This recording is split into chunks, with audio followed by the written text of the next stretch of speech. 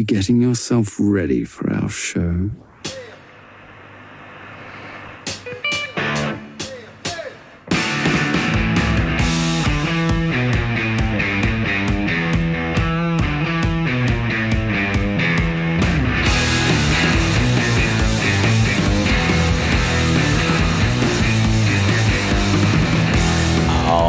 Everybody, Jigs and Bigs for this Tuesday. This week, we've got a good show for you.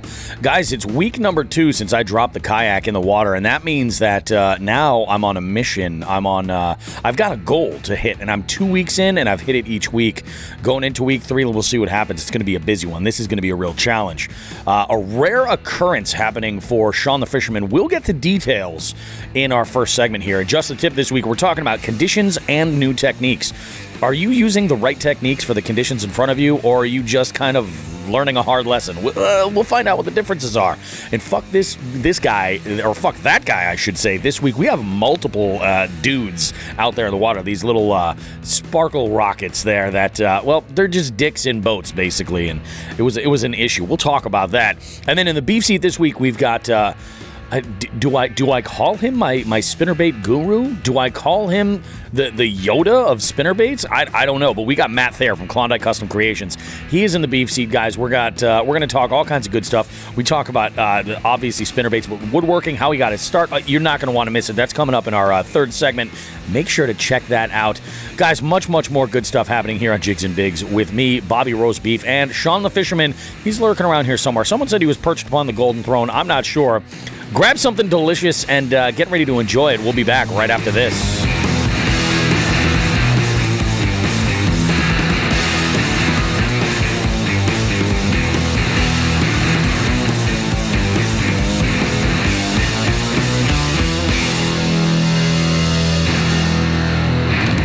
All right, everybody, how we doing today? Good morning to you, good evening, good afternoon, whatever your situation might be when you're listening to this show. I'm Bobby Roast Beef. Welcome to another episode of Jigs and Bigs. Sean, how are you this morning, buddy? I'm well rested. That's good. I slept at night. I even slept during the day. We'll get into that later on. And okay, no, that's excellent. That's fantastic. Nothing wrong with a little day sleeping, right? No, absolutely. On a lazy Sunday, it's kind of nice, you know. Of course, we want to say to all the moms that are tuning into this show, Happy Mother's Day. We appreciate you, and I hope you had a wonderful Mother's Day. I hope that the children in your life, whether they be young children or adult children, took good care of you and spoiled you a little bit extra on this past Sunday. I don't know about your Mother's Day over in your house, Sean, but we straight up had to pull an audible on our Mother's Day plans, which kind of sucked. But we pulled an audible, and it ended up working out great. We had an awesome time. I think my wife was very, very happy. So fun stuff. Let's start with yours. Mine starts on should we start on a down note? Yeah, let's get yours out of the way. Okay, all right. We'll be uplifting with mine because mine was pretty standard. Yours was pretty standard. You had some road bumps. Yeah, we did. Bumps. So, all right. So last week we got a phone call from my daughter's school saying that she had come up as positive in a pool test at school. So she had come home and she's been, she's at that age now where she's 12. She's self-quarantining even when she doesn't need to. She hangs out in her room quite often, plays video games, and it's all good. So everybody in the house has been just fine. But that meant we had to change our plans for Mother's Day. We had plans to go to a very, very well-known, fantastic restaurant in this area called the Federal, and they do a Mother's Day brunch. We had a reservation for the four of us to go out for Mother's Day brunch. My mother is out in Florida right now, living her best life. Her and my dad went to go visit some family and friends down there, and they're not going to be back till later this week. So we're going to do a big get-together later once they get home and get settled and everything. So it was just, we were kind of looking forward to just doing brunch, and I mean, the Federal was like, that's like the spot. Like, that's where we like to go go for anniversary dinners and things. In fact, the day that I caught my PB was on my anniversary. That's where we went for dinner that night. So ironically, that day, she had gotten a phone call from the federal to confirm the reservation, and she goes, actually, we have to cancel. So she canceled that. She was pretty bummed, and I said, we'll figure something out. And I said, you think about what it is that you want to do. What is it that you actually want to do here? And she says, well, I think what we want to do is... let me think. Let me throw some ideas around. I'll see what I'll come up with. Now, my wife, like, she's looking for that perfect thing. And I started talking to my daughters about putting together like a backup plan, something there. You know what I mean, Sean? I do. Like just a plan. Like, hey, look, let's have something waiting in the wings. So I had started putting together some stuff. I was like, look, we're gonna spoil her a little bit for breakfast that day. I'm like, obviously, like, there's not a whole lot for activity. She kind of is just gonna want to hang out and chill. I'm like, so we're gonna take care of a few things around the house. We're gonna make sure that she doesn't have to lift a finger. It's gonna be great. I had already actually her Mother's Day gift from the girls had already arrived. She was very excited about that. And then we got some really bad. Like, she thought that her week was going to, that was as bad it was going to get. And then Bobby, hold on. Hey, your little one's at the stairs. Okay, looked like he was going to take a dump. Okay, didn't look it. I am 100% leaving that in the show.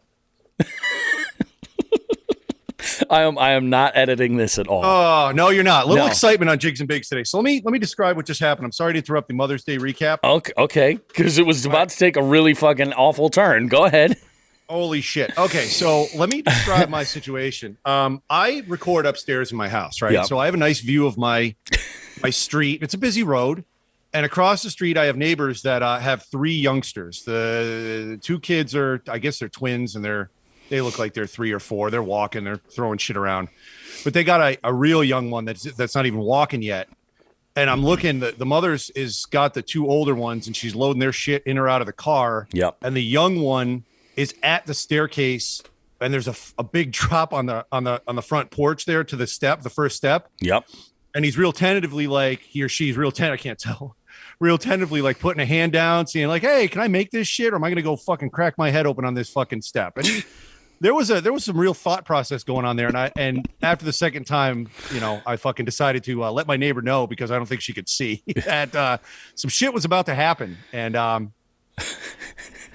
she saw him. So what do I know? Wow. Yeah, that's what happened there. So she's helping him out right now, getting him down the stairs. She's like, "Oh, you can make it down." I'm like, "All right, just don't want him to die." Yeah, that's rough. That is rough. It looked like a bad situation about to happen. You know what I mean? Yep. And yikes. Sean the fisherman is here for public assistance. That's what I do. There we go. Well, good. Now, where was I? Oh, I don't know. my wife thought that was going to be as bad as the week got, having to cancel her Mother's Day brunch reservations that she was looking forward to. And then she got a phone call from her mother, and one of her cousins had passed away. Younger guy, just a little younger than I am. It was pretty tragic, pretty unfortunate. And so now she's juggling. There is a service that's happening, but it's in New Jersey, and she's juggling if she's going to be able to pull it off and make it happen. So there's a lot. So once we got that info, I was just like, all right, girls, seriously, I need you to help make this day. We need to polish this turd the best possible way we can. Like, we got to make this Mother's Day happen for her. Like, she's got to enjoy herself, and all she's gonna want to do is relax. That's it. It's so easy. And it worked out really, really well. On Saturday, I had gone out and done some fishing, came home, and from there, I kind of handled some stuff around the house, got some stuff together, checked to see if there was a direction she wanted to go in as far as dinner that night or anything like that. And what she ended up doing was she was like, let's just order something interesting for lunch, and then she wanted to do a cookout. I'm like, let's do it. So we fired up the grill. It's the first time I fired up the grill this season, and fired up the grill. We did some burgers and dogs, and I even took the the outdoor fryer that I've got, and I put my Dutch oven on there, and I deep fried some tater tots, tossed them with a little bit of Cajun seasoning. Oh, it was fantastic. Everybody was so happy. She was excited. So that was really, really good. What if I may ask? Fire what kind of dogs did you have? Oh yeah, they were just straight up KM originals, the old time ones. I think the old time ones. They were not chili dogs.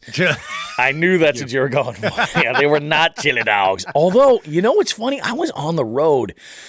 God, was I coming back from fishing on Saturday? It must have been that. It must have been that or either after we had gotten off the water on Friday at some point. I went by some type of a roadside stand that had like ice cream and all kinds of different stuff, sandwiches and everything. And there was a big banner with this giant close-up of a chili dog. And it just said, Chili Dogs, 129 or something like that. And I'm like, oh, I need that banner. That's got it. It said it in the Murray voice, too. Well, now I can't read the word chili dog without hearing that voice. And I'm just like, chili dog. Chili dog. Last bite. Yep. Exactly. Yeah. So it was, that was Mother's Day here. We did a lunch that we decided to order some Spanish food is what we did. We ordered this Munchie Fest. And it had yuca fries, it had fried plantains, it had chicken, it had pork, it had all kinds of these other items all kind of together. And it came in this pizza box, and the four of us ate maybe a third of it. And we were just like, we got to save the rest of this. It is so much freaking food. Unbelievable. I'm going to get the details because we have the menu floating around somewhere. I'm going to give them a shout out in an upcoming show because there's a satellite restaurant that is opening right in our neighborhood. And this is dangerous because we used to order pizza from the pizza place that was in that area, but they can get here in like less than 5 minutes. And every time we order, everything is piping hot and amazing. So once they show up and they have delivery straightened out and their hours are all like this could be both good and bad for Bobby Roast Beefs. I might have to make it a third trip a week out there pedaling is what I'm getting at. I might have to add that in there. But holy crap. Yeah. What about your Mother's Day and weekend adventures? Now, you had an entirely different weekend. Like, obviously, we're going to talk about the MAKB tournament that happened, but from after the tournament, why don't you take us from there through the rest of the weekend? Yeah, I had we'll talk fishing. I had some plans after the tournament. I went. I was about a half hour away from my buddy Phil's house. Phil and I served together in the military, and while he's from Louisiana, he is in fact my Cajun brother from another mother. He ended up relocating years after back to Massachusetts. He was dating this is again, when you get well traveled and especially in like military circles, you see people bouncing all over the place. Oh yeah. Well, one of his ex-girlfriends, his wife ain't gonna listen to this. One of his ex-girlfriends had moved up here in Massachusetts, and afterwards, after her move, she ended up getting back together with him. He moved up here in 2007, I think it was, because he was actually doing his job down there was an electronics job that actually kind of crossed into the Bobby Roast Beef realm of things, where he was programming, doing the programming and the maintenance for all the touchscreen menus for bars and stuff. Oh, okay. So he was doing everything in New Orleans, and then Katrina hit. So that was that. That'll put the end of that. Yeah. Yeah. So after Katrina hit, he ended up relocating. They got talking again. They got back together. He moved up here for her. And while, things went, one way or another with them, she eventually moved, and he stayed up here, eventually got married. And I try to get out and see him whenever I can, especially since he, myself, and two other guys were real tight when we were all stationed together in the Midwest. Yep. One of our close group has relocated to a small island in the in the middle of the Pacific, and we try to see them as often as possible. We haven't been out to the island yet. That's going to wait. I'm sure that'll happen the next few years. But his oldest daughter is my goddaughter, and then our other close buddy actually lives one town over from me. He was he was in a certain place employment wise. And with my networking capabilities, doing what I did for veteran services, I found him, well, I mean, honestly, a career position that he loves, and he ended up moving up here for it. That's awesome. So yeah, he was in a place in the Midwest that unfortunately, like employment wise, there wasn't a lot of hope. There wasn't a lot of upward mobility. Yeah. And he was at a point in his life where he said, I've got a wife and 2 kids, wife and 3 kids now. What I'm going to listen to anything, yeah. You know, and they moved up here and they're a lot happier for it, which is awesome. So us 4 buddies, but I get to see my buddy Phil. So I go up to see Phil after the tournament, and I went straight there. I jumped in the shower, freaking did my business, got all ready, got all dolled up, as they say, all purdied up. Phil and I took a drive to Manchester, New Hampshire, where 2, I don't know how to classify them. It's some mixture of subgenres of death metal. Mm-hmm. Are they progressive? Are they melodic? Are they, I don't know, jazz influence? I have no idea what these bands were. There's so many mixtures, but we went and saw Fallujah and Rivers of Nihil, spelled Nihil. Mm-hmm. Rivers of Nihil has a touring saxophonist with them, which is fucking kind of awesome, because when that guy came on stage, the place kind of blew up. Like, hey, they brought the sax guy. Like, normally if a band has an extra, instrument that is not normally part of the band, sometimes they don't tour with them because that's another mouth to feed. That's another cut of whatever they're getting, whatever meager scrapings they're getting. You know what I mean? So I was expecting to hear sax tracks. Nope. That dude jumped on stage. And he ripped. He ripped, dude. Know what else will help? A little saxophone therapy. It's exactly what helped. So Phil and I enjoyed ourselves. Now, I should make mention of this. This is obviously the night before Mother's Day. Uh-huh. My wife gets breakfast in bed every year from me, and then all of her Mother's Day stuff. So I completely cleared this months in advance, saying, hey, I have a tournament the day before. I'd like to go see this. The only thing you will miss out on is breakfast in bed, which was okay. And then home run superhero, my youngest son got up and cooked pancakes for everybody. Dude, hold on. Yeah. That's how you know you've done a good job. Yep. Yeah. And he was all proud of it because he goes, Dad, I never flipped the pancakes before. I'm like, you just watched for the bubbles, right? He goes, I watched for the bubbles. I go, perfect. You know how it is. You watch for bubbles in the batter. Yeah, of course. When the bubbles start, you flip them sons of bitches. So I drove home. I got home about 10 o'clock in the morning. Got ready to go. We went out. My wife likes, we all like to go see, we're all really into the MCU. Yeah. So we caught Doctor Strange yesterday, the new Doctor Strange movie, which was really good. I have no complaints about it. Advanced a lot of stories, a lot of surprises, good stuff. We enjoyed it. And, we came home, and the rest of the day was kind of just letting my wife relax. She took a big nap. I did housework. Easy peasy mac and cheesy. That's awesome.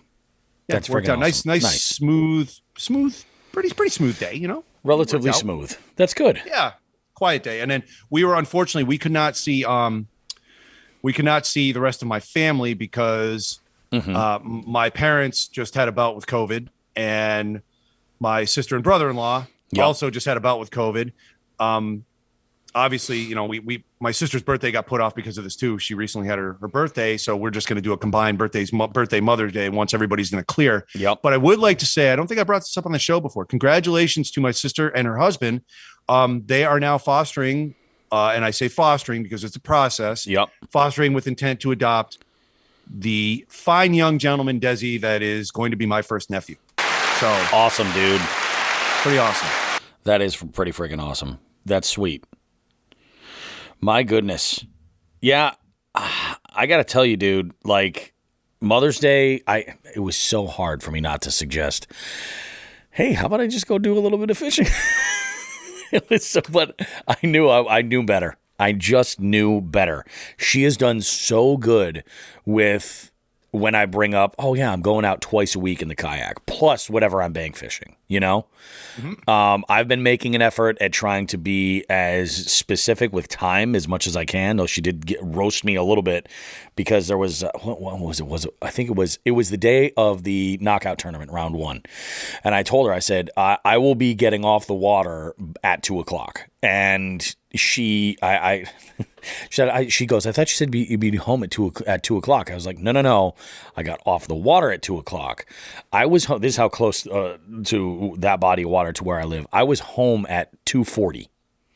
That's loading up the boat and driving home and parking and dropping the boat in the backyard. Like doing all of it. I was home in 40 minutes. Yeah.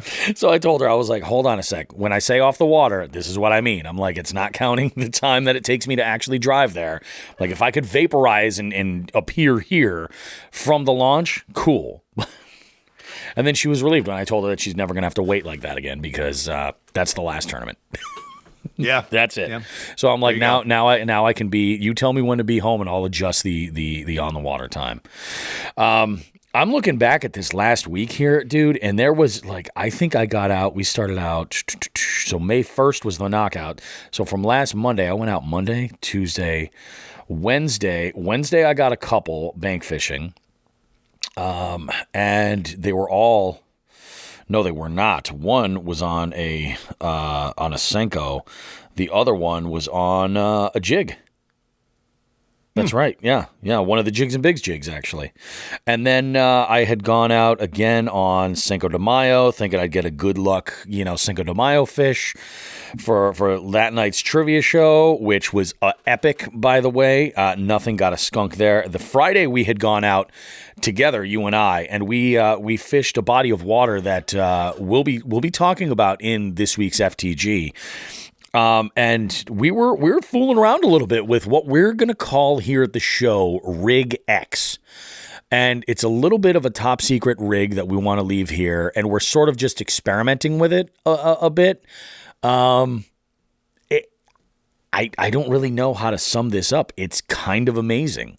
Once I had started throwing it and finding a combination of presentations that would work well, I was lighting up small pickerel like it was my job. I caught 3 in I think in succession. And then we had you did pretty well, Sean, right?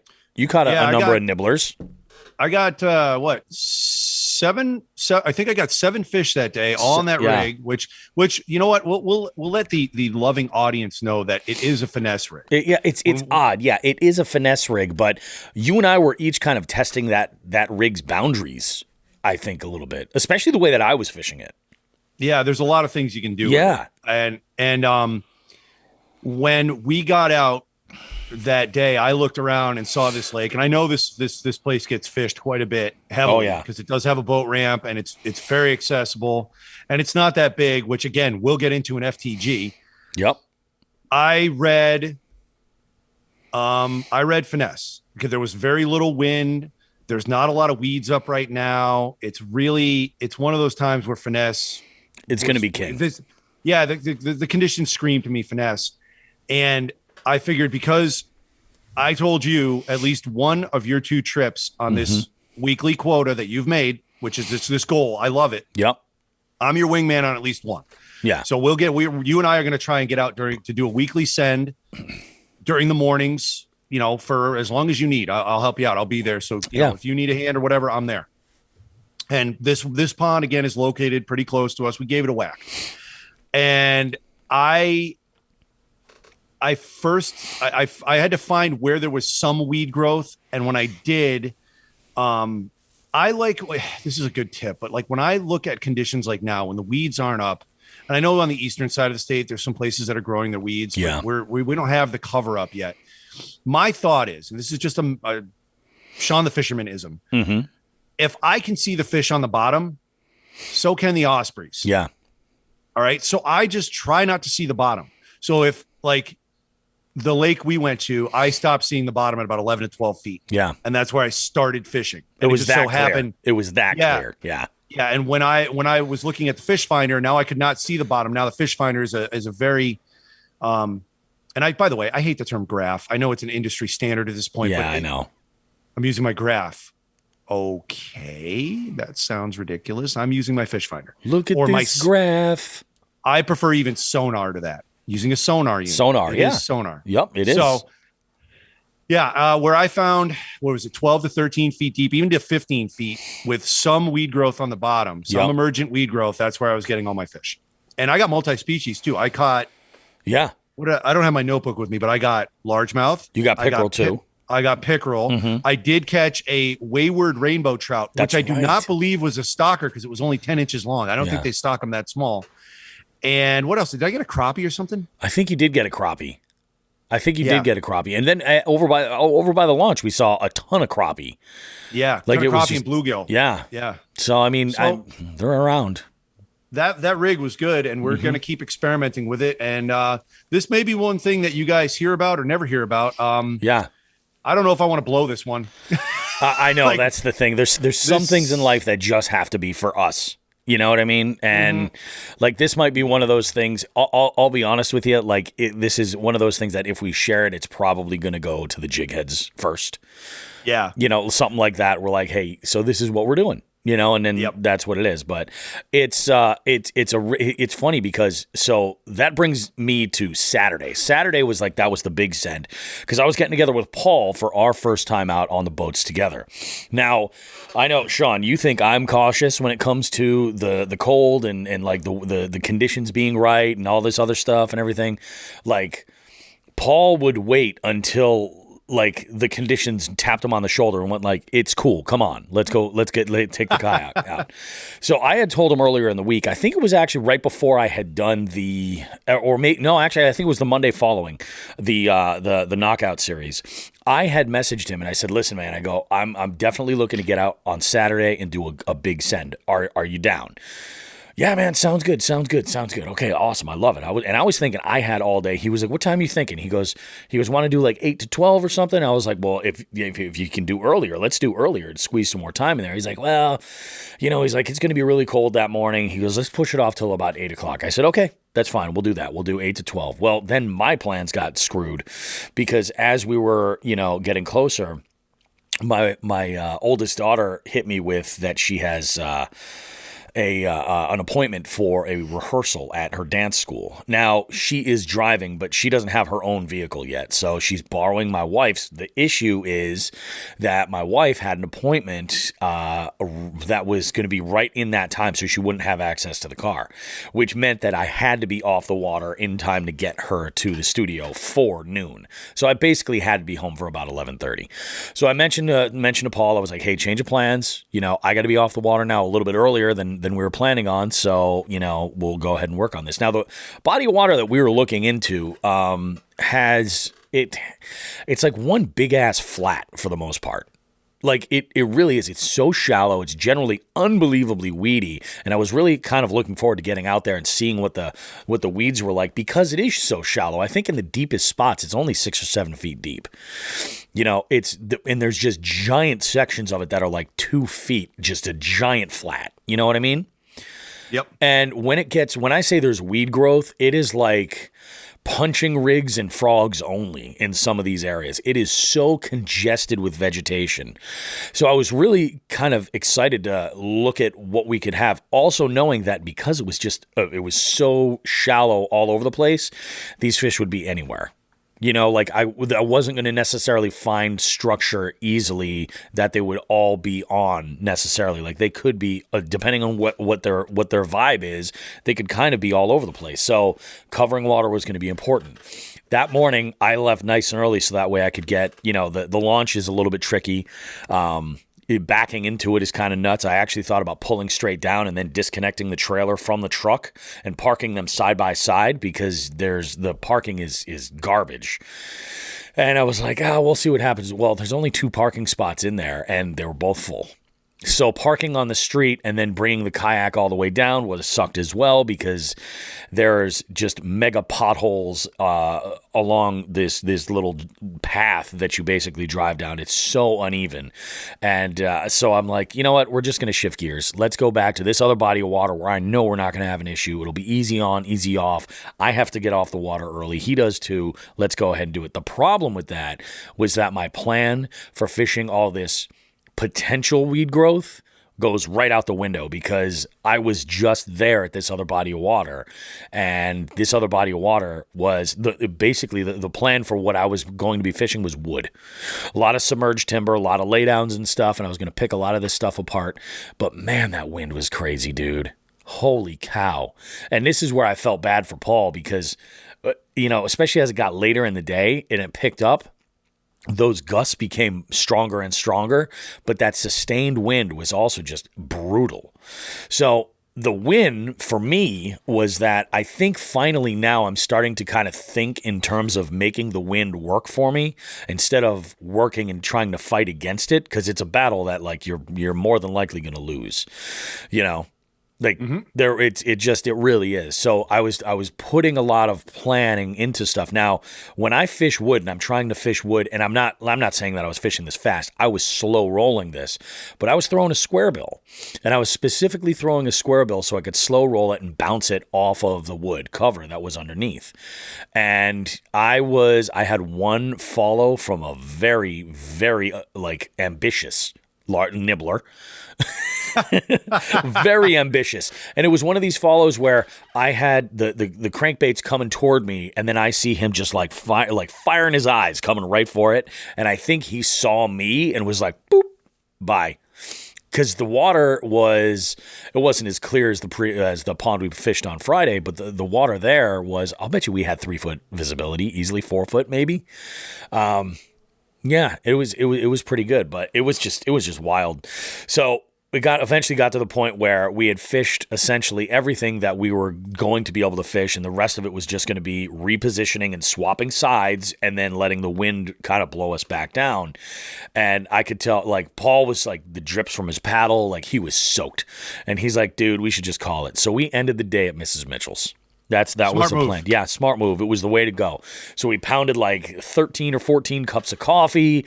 I had, oh man, what did I? Oh, I asked the server that was working there, and it was packed. I mean, it was humming in there, and they had a couple of specials. One was like a bacon jalapeno scramble that just sounded amazing, but the other one was a crab cake eggs Benedict.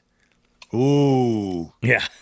So I went with that. It was so freaking good. It was out of this world. Sounds great. Yeah, it was great. It was really, really great. So yeah, had breakfast, got back home, ran some errands, dropped the kids, picked the kids up from dance, or at least my oldest, and then she had to work that night. So I just hung out at home with the wife.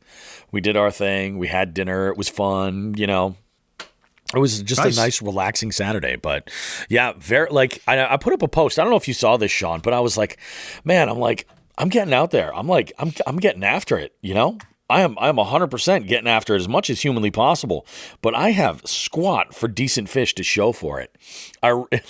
This has been such a lackluster spring for me, especially compared to last spring.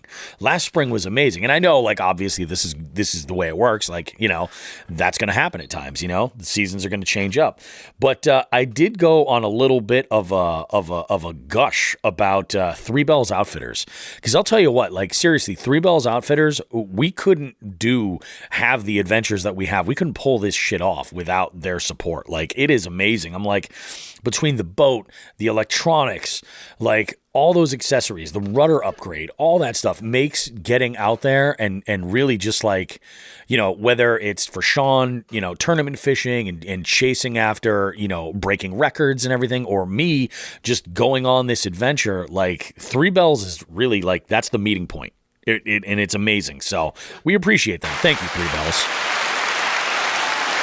It's an excellent illustration of the variety of things that they offer, and to the variety of anglers they can service. Yep. So, they have serviced us over and over again. I'm sorry, my mind's in the gutter. I know that's not what I meant, but you know what I'm gonna stop. But no, I mean, like Lauren always says, you're on an adventure, I'm on a quest, and it's true. And they can all you have to do is go in and talk to them, be honest, say, this is what kind of angler I am, this is what I'm doing, and they'll set you up. It's pretty nice. And I love it because they do deal on a regular basis with real, like, motivated, hardcore tournament anglers getting out there looking for, like, cutting edge, high tech equipment, the best of the best. But they also, if you go in there and you're like, I just want to, like, access water that I can't normally, and I want to make the most out of the time that I have to get out there and do some fishing, they treat you exactly the same, and they take your needs just as seriously as they would, like, you know, yours, Sean, or Ken Wood, or Jason Gardner's, or anybody. You know, they take those needs into consideration, and they really kind of make it fit. It's really pretty awesome. Yeah, it is. Yeah, it is. They tailor some shit over there, and they're good. They're good at it. So, my week. Yeah, I had a week too. Yeah, you did. I went out before the day. What day did we go to that pond? Is that Thursday or Friday? That was Friday. Yeah, we went out Friday. Full throttle Friday. So we'll take a step back to Wednesday. Wednesday was the cutoff for any pre-fishing for the MAKB Western event number 3. That's right. I would like to say a nice little thank you to the town of Sterling again for once again letting us host that tournament, because we have to go through them. That's not a state ramp, and they're the folks that I talk to are cool shit, and they're always good about this stuff. Sterling's a great little town too. It is. Yeah. It is. Visit Sterling. So I went out pre-fished on Wednesday night. I had some logistical coordination to do with the wife. She helped me out a bit, and I was free for the evening to go out there. And it was blustery. The whole week last week was just blustery and miserable. Yep. Except for Friday. Friday was so bad. So slow for wind. Yeah. And then the fucking wind picked back up again for Saturday. But Wednesday night I got out there, and there was one other kayaker on the water, and he had a trolling motor on his boat. And I came up to him. It wasn't somebody I recognized. I said hello, asked me if he was fishing Saturday. And it turned out to be Mike Morcone's father, who was jumping in on this tournament because of the proximity to Sterling to their house. He wanted that's in. Awesome. Nice. Yeah, Mike gave me a heads up on him that his dad had been a big boat fisherman for years and got away from the competitive game and just wanted to try out kayaking. So I welcomed him and talked to him for a bit that day and went about my business and caught 2 fucking nibblers. And I'm like, oh boy, this is not going to be good for Saturday. Yeah. Then you and I went out Friday. I didn't fish on Thursday. I had a very good time on Friday because, again, experimenting with new stuff. And we got to mention, too, aside from the fish I caught, I did lay into a really good sized bass that threw the hook. Yeah. Now, this is a new technique. I wasn't expecting that fish, and it got the gears turning, but I said, okay, that's fine. A little leeway here. This is something new. Yep. Maybe I have to work on either how hard or how soft I go with a hook set. I don't know. We'll figure that out, but it's okay. It's okay to get that bass to the surface and have him throw, because I just chalked Friday up to learning experience. Maybe that's what I'll be doing. Maybe I'll be experimenting with new shit when I go out with you. I don't know. That's a perfect time to do it, you know, and anytime you get information from a catch, even if it's like that follow that I had, that told me something. You know what I mean? Exactly. It told me something. So it's like, you know, those little things, just because you don't land the fish, there's value in every single follow, every spit hook, everything, you know, and it might be something that's hard to hear, like, hey, douche, you got to sharpen your hooks, or maybe change that out every once in a while or something like that. But, you know, you can gain something from it. Exactly. Then let's get to Saturday. Let's talk Saturday. I did everything I could to get enough sleep on Friday, knowing I had this weekend of pain coming up. Yeah. Between fishing and travel and the concert and all sorts of shit. I knew I had some late nights coming up. I tried to take a nap on Friday. I got like a 40-minute nap on a Friday afternoon. And then in between, you know, picking up and dropping off kids. Yep. Then I tried to get to sleep early because I was waking up at 2:00 in the morning on Saturday because I had to get my shit ready. Takes about an hour. Drive there was an hour and a half. So I was there at 4:30, which I was. And then I had all sorts of admin shit to do with tourney directing. Oh, yeah. Because I had to make sure everyone had their parking permits. I had to run around, make sure everybody was there. Our tournament was a 2-lake or a 2-body of water event. So I was in constant contact with Nelson in the morning. Yep. So tournament fishermen, appreciate your directors. We do a lot of work. Most of us aren't getting paid for this shit. Yeah. Like, I just want to make sure that we have a good tournament to run out Western side, and I'll put that on my shoulders, and it's fine. So we did that, and early launch was 5:45. So I was coordinating stuff. Again, this is residential. So showing up at 5 o'clock in the morning, at 4:30 in some cases. Yeah. Everybody's excited. People's voices get a little loud. So yeah. part of directing is, hey, keep it down. Like these people aren't used to having tournaments. We'd like to see them here again. Let's not rile everybody up. Yeah. Early launch was 5:45. We got out there at 6. I think 7 something. We launched at 5:45. Lines were in at 6. And I think I caught my first bass at like 7 something or just before 7. Nice. And it was a smallmouth. And I didn't have a lot of confidence. It was a tiny smallmouth. And I turned that fish in. I looked over at the standings, and Nelson had already eclipsed like 50 inches. I'm like, what the fuck? No He's over shit. the other lake. Oh. And this is where Nelson put up 93 inches last year. And the day wore on. I averaged a fish an hour, whether it was a bass or something else. Yeah. And the wind was pushing 15 to 20, but gusts were in between 25 and 30. And there were some nasty gusts. And I made my way around. And again, this extended spring we've had in the Northeast, and honestly, it's the lack of light. It's been all clouds for a month. We've had such cloudy, shitty weather. Blue sky days have been very rare. Very few. In April this year. And the plant life now, like trees are starting to explode and get their leaves on, but like aquatic plants just haven't caught up on this from the center of the state west. It's true. And last year we fished almost the same date, and there was emergent weeds and fish were starting to bed. This year in the eastern pond that we fished was not the case. The western pond was a completely different ballgame. The eastern pond was tight. It was not a lot of action going on. And I ended up catching I'm going to straight up say it. I was not expecting, I had a fish attack a Ned rig on the way back up. I was just reeling it back in. Yep. And I could not put a pattern together.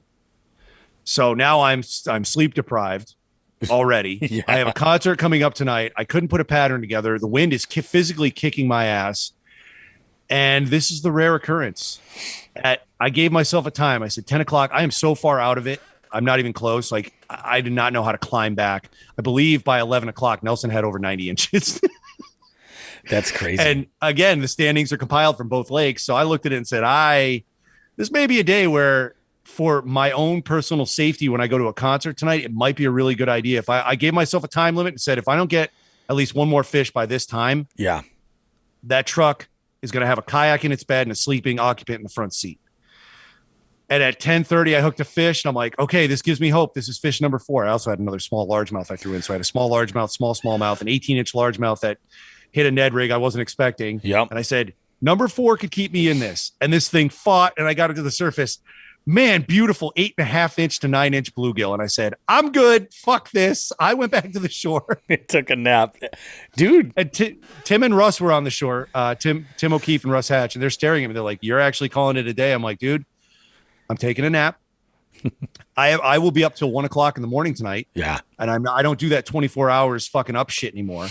I'm going to go sleep for 2.5 to 3 hours. And then I have to conduct all my administrative duties and giveaways and stuff after the tournament. Yeah. You guys, I'll see you at 3 o'clock or 2. I'll see you at 2 o'clock when you guys are pulling back up. And we're waiting for everybody else to get over from the other lake, because the other lake had poor parking, and there was a big parking lot that we had access to on the East Lake. And I said, Nelson, your crew, when they're done, fucking fire from your heels. Get over to the other parking lot so we can do this. We can all get out of here. Yeah. Nelson was great. Took charge of the post event eatery business, which I usually do because, again, fucking food allergies, but Nelson took care of it. He took the guys out. I grabbed my shit, went up to Phil's house, and proceeded with my evening. But Nelson had an insane day that I'll get into on tournaments. I'm not going to cover all that. It was a very rare occurrence for me to throw in the towel and say, you know what? I'm physically beat up here. If I don't catch a nap, I'm now risking myself and Phil's safety driving to and from this concert, which was still like 40 minutes from his house. Oh yeah. And I always drive. It's a nice perk of me not drinking is whoever does drink, if they want to have a built-in designated driver. Yeah, exactly. Yep. So I I did it. I said, this is very rare. I've never done this before. I said, I'm good. I am going to call it and I'm going to go take a nap. When I got to my truck and everything was packed up, I opened the window a little bit because the wind was blowing in. It was nice. And I closed my eyes and then I jerked awake and I was like, what the fuck just happened? I look at my clock and an hour and a half had passed. And I'm like, wow, I was tired. Isn't that the best feeling though? I mean, in the moment, it's the worst feeling, but then you look back and you're just like, yeah, I needed that cat nap. I needed that, you know? I did. I was in a coma for an hour and a half and then, woke up, everyone was getting off the water. We did our closing ceremony for the day and we all went our separate ways. Now that was my fishing. Then I went to this concert. And the fucking saxophone came out and it was great. So awesome. And I will say this. So both bands obviously are underground death metal. Yep. It's not like it's on your local radio station, right? But when a band like that, a couple bands like that are on their way up and they put something together and they maybe have that one song that's a standout, like a classic in their genre. And I'm going to emphasize that in their genre. They didn't write Stairway to Heaven. They've got each of these bands had a couple of songs that were top notch. And there's only 150 people at this place.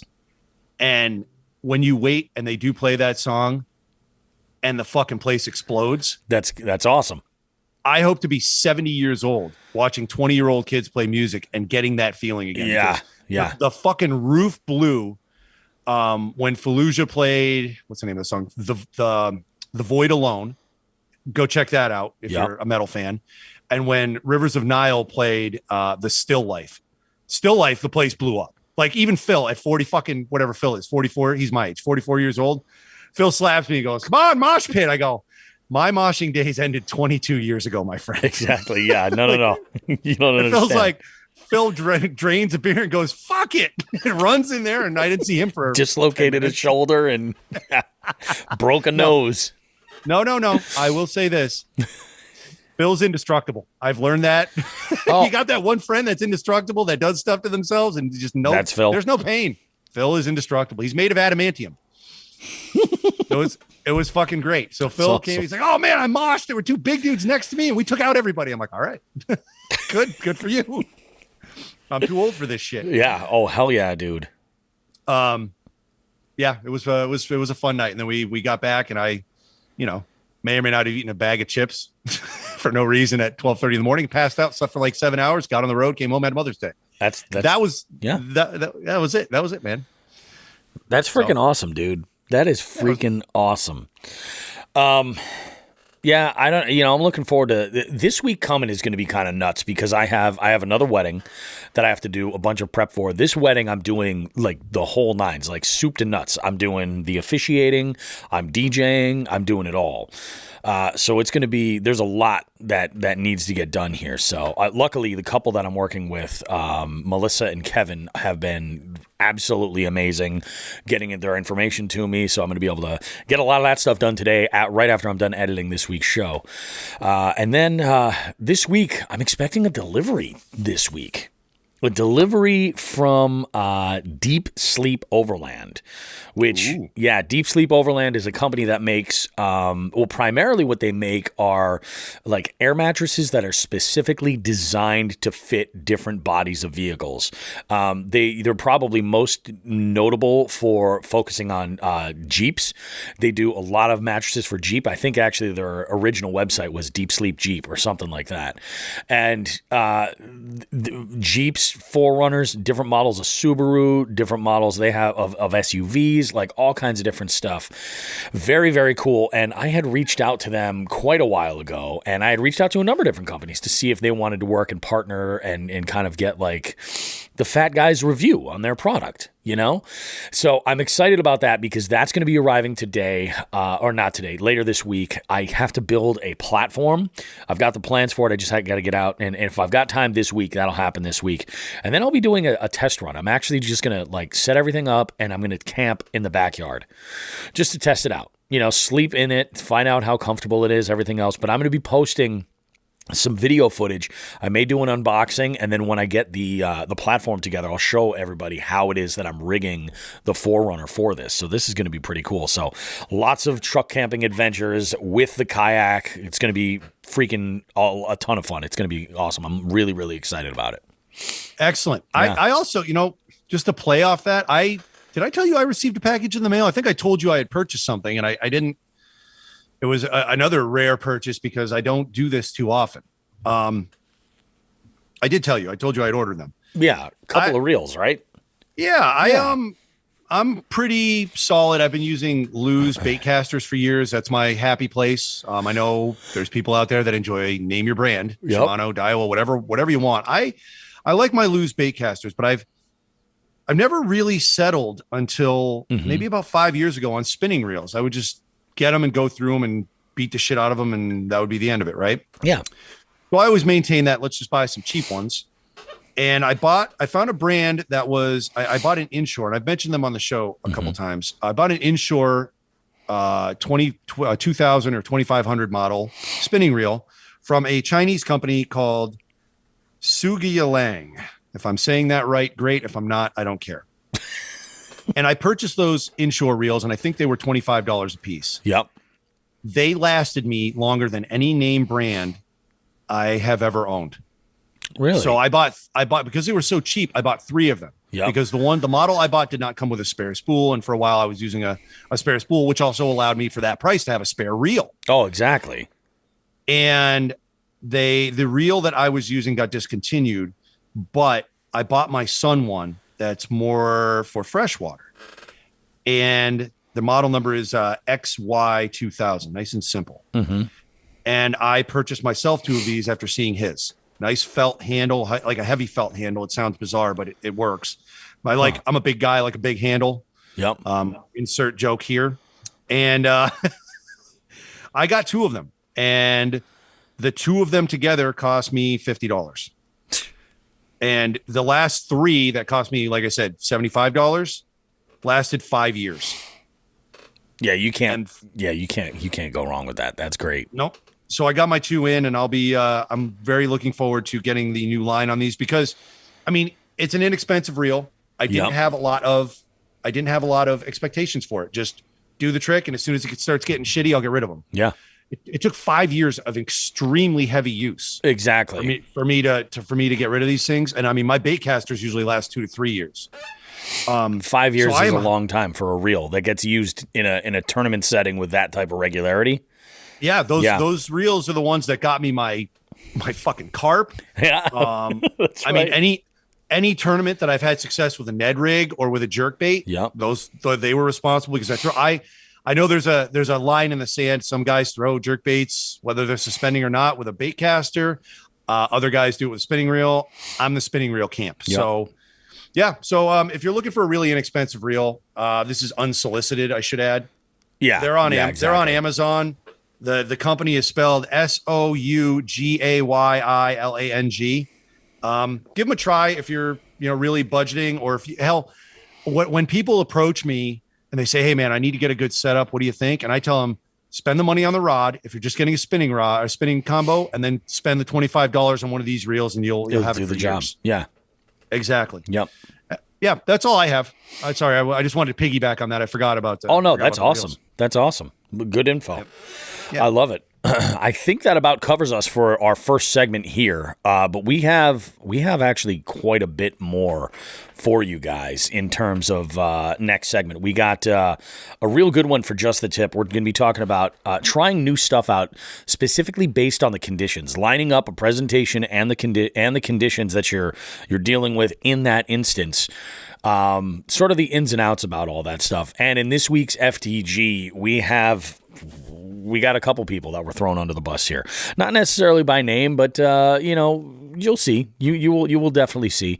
And then this week's tournament recap, we've got information regarding Chronic Trips, MAKB, both Western and Eastern divisions, and a very special online tournament that went on Saturday and Sunday, Bass for Shannon. Now, you guys remember we mentioned that a while ago. That was a breast cancer fundraiser for Shannon, who is she's part of the fam. And this all went down and I mean, Nationwide. Yeah. I mean, this went nuts, and the winner is local. It's pretty awesome. Yep. Good stuff. So, yeah, let's go ahead and do that. We'll take a short break. We'll come back. We'll do all that good stuff. And then in our third segment, we have Matt Thayer from Klondike Custom Creations. He talks spinnerbaits. He talks about his career in woodworking. He talks about all kinds of good stuff. And then we start to, of course, lately it's been food. I'm on a mission here, both for the soul and the gullet, and details are all tied up in there. Good stuff. We'll see you guys in just a bit. Don't go too far. Jigs and Bigs wants to take a moment to say thank you to our partners for helping us continue to push the limits of our fishing adventures and bring you amazing long-form content. We want to thank Old Glory Outdoors in East Brookfield, Massachusetts. Old Glory has an amazing selection of fishing tackle, including 6th Sense, Guggen Baits, X-Zone Lures, Shimano, Daiwa, Luz, 13 Fishing, Arc Rods, and many more. Use promo code Jigs and Bigs at oldgloryoutdoors.com and in-store to save yourself some money and support the show. For all your premium kayak needs, we partner with Three Bells Outfitters, located along Smith Cove in Niantic, Connecticut. Three Bells is your go-to location for kayaks and accessories from Hobie, Native, Bonafide, Jackson, Yakutak, Naqua, Boondocks, Burley Pro, and many more. Financing options are available to upgrade you and your kayak fishing experience. White glove delivery service is also available. Visit threebellsoutfitters.com for more info, and don't forget to tell them that Jigs and Bigs sent you. When it comes to high-quality polarized sunglasses, we've partnered with Torres. They provide stylish sunglasses in a variety of frames that are light and fit comfortably on your face. The polarization cuts glare and allows you to see the whole picture, helping you identify what's below the water's surface. They have a 60-day risk-free trial, lifetime warranty, and free shipping. Plus, you can save yourself 10% with the code JIGSandBIGS10 at checkout. Visit Torrege.com to check out their selection. That's www.torege.com. Again, we cannot thank our partners enough for their support. Please consider supporting them and supporting the show in the same process. Thanks.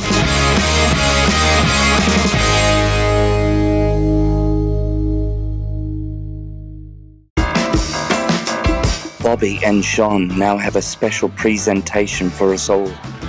They'd like to give everyone just the tip. Indeed. It's what we do here in segment 2. We giveth and you receive. That's how it is. And in this week's Just the Tip has me especially interested right here, because I'm that angler that will often second guess the techniques that I'm using at that time. Like, is this the best move for the conditions? And I mean, I've got some that I have some confidence with, but I'm hoping to kind of learn a lot. So Sean's going to go over and talk about conditions and new techniques, and specifically, trying new stuff based on specific conditions you're dealing with. So Sean, I'm going to allow you to just run with this. No problem. Really, when I thought about this tip, this is the first step to reading water. It really is. Too often you and I hear from any, really non-competitive anglers would probably say this the most, but beginning anglers, oh, I'm not good at fill in the blank technique. I'm going to go out and throw that thing till I get good at it. Well, you're going to get really discouraged if the conditions aren't right for that technique. Yeah. If there's a stiff wind blowing and you're going to fish a body of water that's heavily weeded with not a lot of openings, and you say, I'm going to fish a jig, how well do you think you're going to do at that place? How well are you going to build confidence with that bait? Yeah. So it starts with really doing a lot of homework, reading up all the resources we have available to us that weren't available in the 80s and 90s. Go online, read Wired to Fish, read Bassmaster, read everything, read On the Water, read Tackle Tour. Figure out, those are some of my favorites that I read. I mean, there's much more we could go on. Bass Resource is another good one. read these things and kind of get a feel for how fish react to certain baits under certain conditions. And then it's a matter of paying attention to the conditions and putting that puzzle together, because reading the water is also, you're reading the conditions around the water. So we'll take Friday, for example. Yep. When I saw the water, it was calm. There was no wind, and it was clear, and there was very little cover. That tells me the fish are not going to be in a foot of water where ospreys can pick them off. Yep.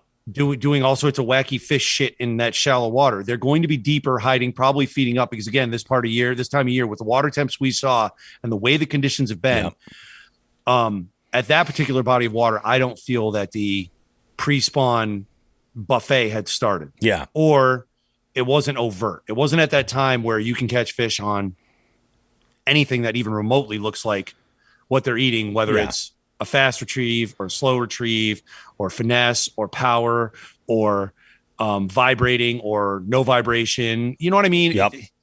You got to read that and knowing the conditions, knowing that we're at that point. We've got an extended spring. We haven't seen that big boom. I've only seen it once, I think. And it was that odd day way up in the mountains where the water was 42 degrees.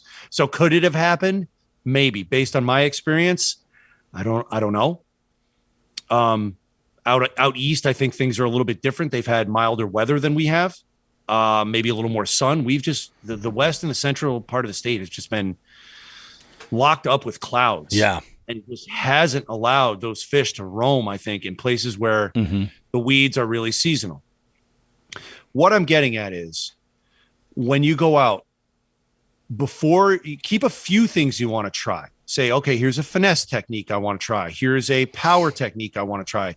Here's and when I say power, again, my definition of power is the one that I learned from reading up on KVD power fishing for years, which is fast lures, crankbaits, lures that you're looking for a reaction. So crankbaits, chatterbaits, spinnerbaits, even swim jigs, stuff that's moving. Yep. Not, Ned rigs, jigs, plastics, stuff you're moving slowly. Yep. When I see wind, that's a good indicator. Like anything over, usually I think probably about, maybe I will say for a nice round number, 10 miles an hour and up. If I see 10 miles an hour and up, that's when I'm reaching for a chatterbait or a crankbait. Gotcha. Or a spinnerbait. Spinnerbait, something like that. Yep. That's moving. Something moving. If the wind's calm, now I've narrowed it down to, okay, I've got, my Ned rigs, I've got jigs if the conditions are right. Yep. The other conditions, I'm looking for structure to bounce them off. The lake we were at, I would not have thrown a jig there, and I didn't. A swim jig, maybe. That's more of a subtle. Swim jigs are weird. They're a way more subtle power fishing technique. They're on that lower end of the spectrum. Yeah, exactly. It's moving, but you're not getting that insane vibration of a spinnerbait or a chatterbait. See, I feel the same way about a jerkbait too. Exactly. It's way more subtle, and it's moving, but it's not moving nearly as quickly.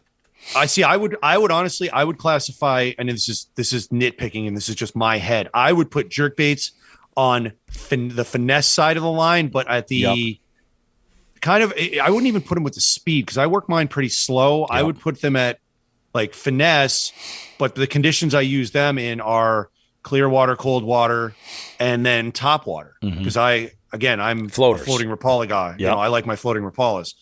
Very underused technique, very underutilized by a lot of anglers is floating Rapalas, but hell, I'll use them. I'll catch those fish if you don't want them.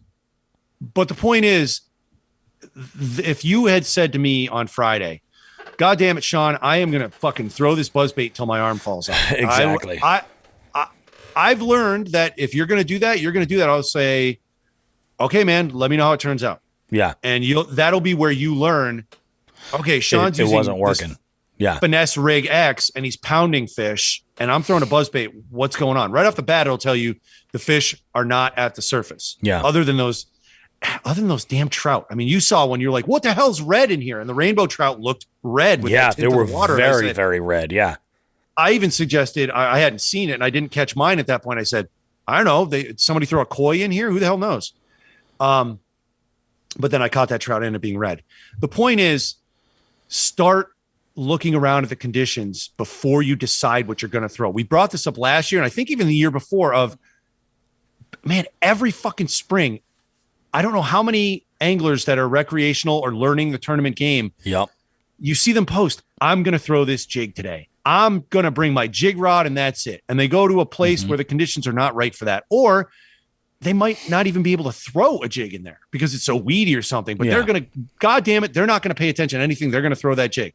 And they're not going to catch anything on that jig. Yeah.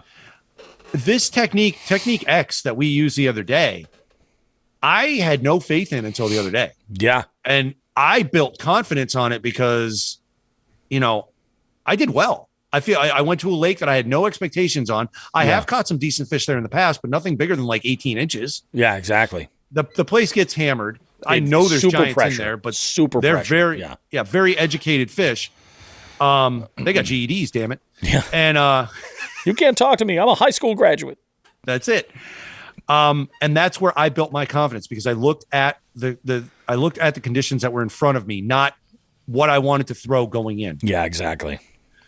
I have lures like I have a lure that that Matt Thayer, surprisingly, is also on the show later today.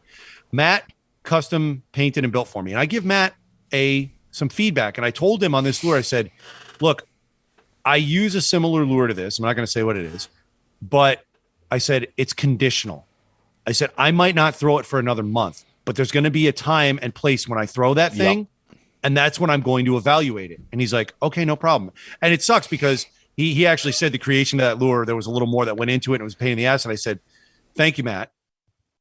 I'll get there. In the meantime, I'm using some of your other lures. I did put a small order in with him. Yeah. And I said, I'm using these other ones. I give him feedback every couple of weeks. I call him up, hey, Matt, I've been throwing this, throwing that. I'm waiting for some conditions to throw these certain lures, and I'll get there. The day you and I pre-fished, I used one of his lures to help you out. And I said, I called him up that day and I said, hey, I went pre-fishing with Bobby today. And I didn't hammer the place because Bobby may have to fish it on Saturday or Sunday. But I said, I did go out and your lure produced because those conditions were right for that.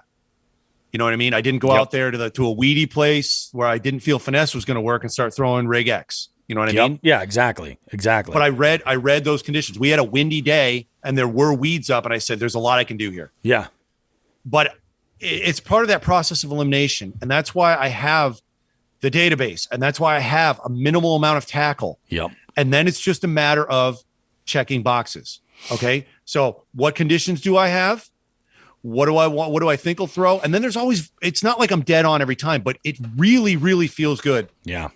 When you read the conditions right and you get out and you don't have to change lures throughout the day. Whatever you've seen that morning or the previous day pre-fishing, you're locked in and you're ready to go. Yep. And you're catching fish on what you picked.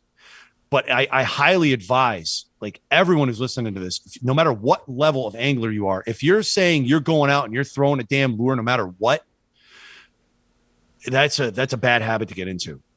That's not reading water. Yeah. I mean, you want to go the other way and start come into every fishing experience, whether it's competitive or not. Yeah. Looking at what's in front of you and reading it, not. And there's different levels of growth. Like we've mentioned it on the past. Like I'm sure somebody's going to go up there and they're like, oh, but you've said before, if you're going to learn one, presentation, you got to lock it in your hand and keep going. That's true. But we've also said when we've made that point that sometimes the lesson is that you're not catching fish. And that's where that database is important. Because, and I think, Sean, I don't even know if you realize this, but very few times do I actually hear somebody throw out an estimation for a measurement of wind, of what they're looking for when they're thinking power fishing, moving techniques versus finesse. And that's going to fluctuate too. You might find that, hey, 5 miles an hour of wind, of 3 to 5 might be enough for you to throw, whatever that moving presentation is, a chatterbait, a spinnerbait, a crankbait in that body of water. And then there's other variables to factor as well, which is sort of why like fishing is a puzzle. And you need to, if you look at the conditions and you can figure out and you have some experience to grow on, or a network of people to give you advice based on their own experience, start there and then make modifications, Yeah. Like Yeah, if you're right. a good example is if you're fishing a bunch of weeds and, somebody's like, yeah, it's, there's some wind and, such and such, you're thinking of a moving presentation, but the place is loaded with grass, maybe throwing some type of a crankbait or something along those lines, or a chatterbait isn't necessarily the move for getting in that grass. Maybe you want to look at a swim jig or, like a weedless underspin, an EWG underspin or something like that, so that way you can get into this stuff a little bit more or fish it differently. And the knowledge goes a huge ways, because some of those presentations are going to work great on the edge of that vegetation or on the outside of that cover. Yep. You throw a glide bait around a big laydown. You don't want to throw that thing in there, but then maybe that's where you have a jig, Yeah, exactly. I mean, or a Ned. I think the big lesson we're going to learn here, or the big lesson that I'd like to the information I'd like to give to anglers when they're thinking about what they're doing. And that's, read the water, let the water tell you what the fish want. Yeah. Don't go in there saying, I'm going to learn this lure and I'm going to do it here at this time and place, because it's not your decision. Totally. It really isn't. It's totally not at all. That's the thing that, like, it always comes back to jigs. You always hear anglers saying, I'm going to learn jigs. And then they're just throwing them. I mean, it's great. You're going to get, I mean, it's a jig. You're going to feel it. All right. That's it. It's a thud.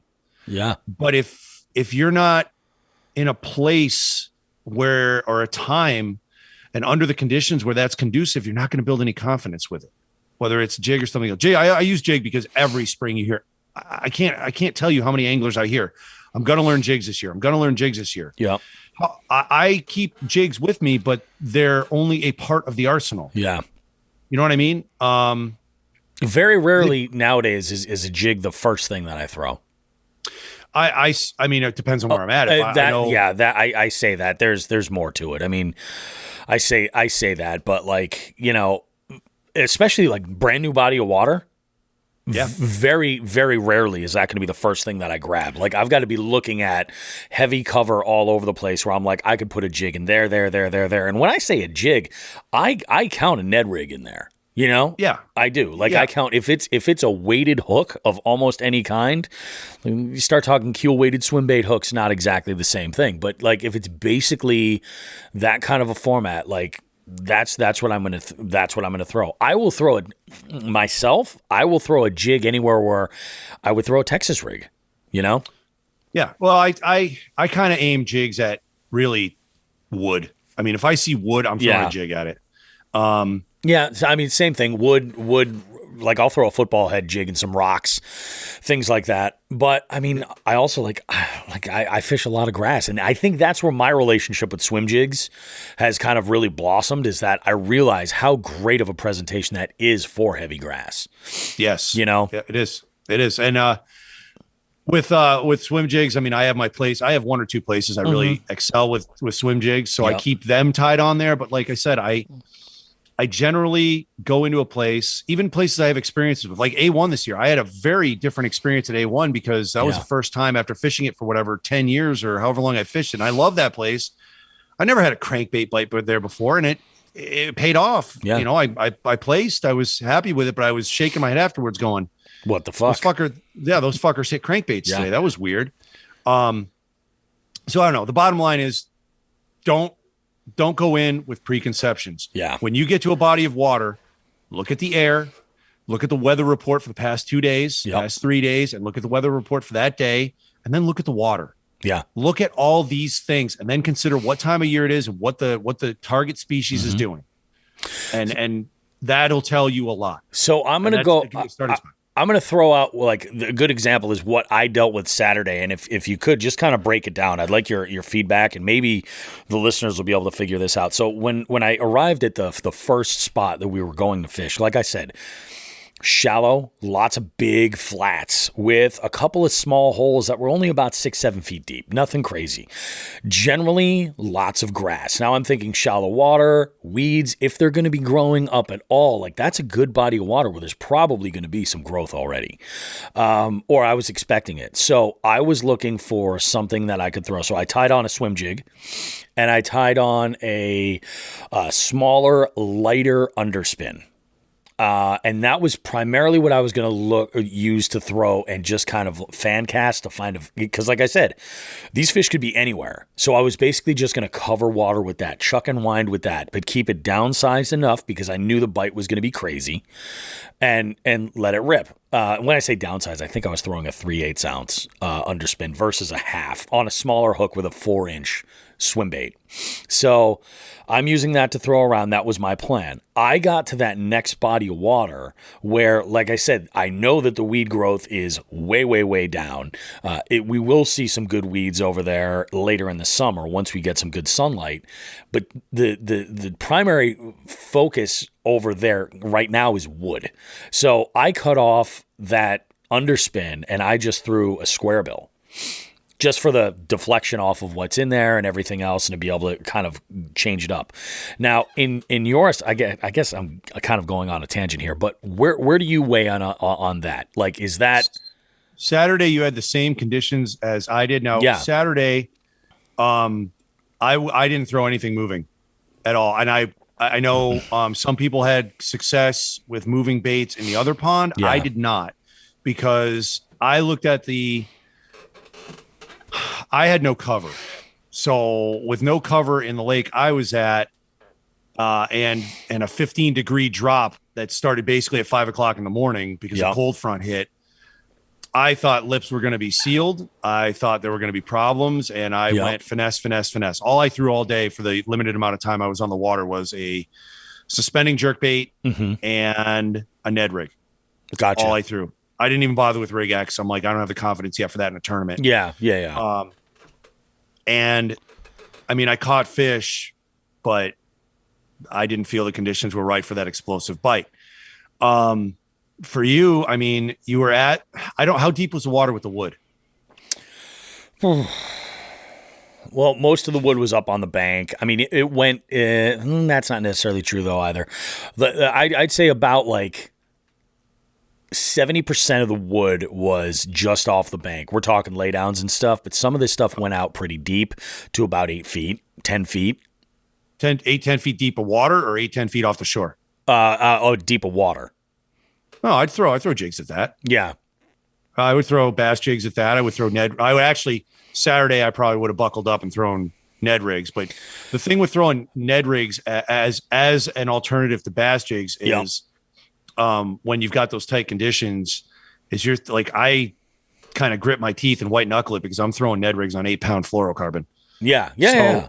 Versus my jig stick, which has 20. Exactly. So if you get a hit and that thing goes back into the brush, you're in deep shit with 8-pound test. That's exactly it. You can't mess around, you know? Now, I didn't pay for it at the Connecticut River tournament because those fish, I was throwing to the edge and just barely into that brush, and I was able to pull the fish out with 8-pound test. They didn't go back in. They ran deep, which was fine with me. Yeah. They ran for the main river or the river channel. Inside the cover. Yeah, inside the cover. So I worked out that way, but that's something to think about. See, and that's kind of how I worked it. I had basically that square bill where I was just looking to cover, and then I had like I said, I had that swim jig. In fact, that what was it? Prototype swim jig that you had given me a bunch of like last year to try out. Yep. First time I tied one of those on. Green pumpkin skirt, trimmed it up real nice. I threw on a Rage Menace.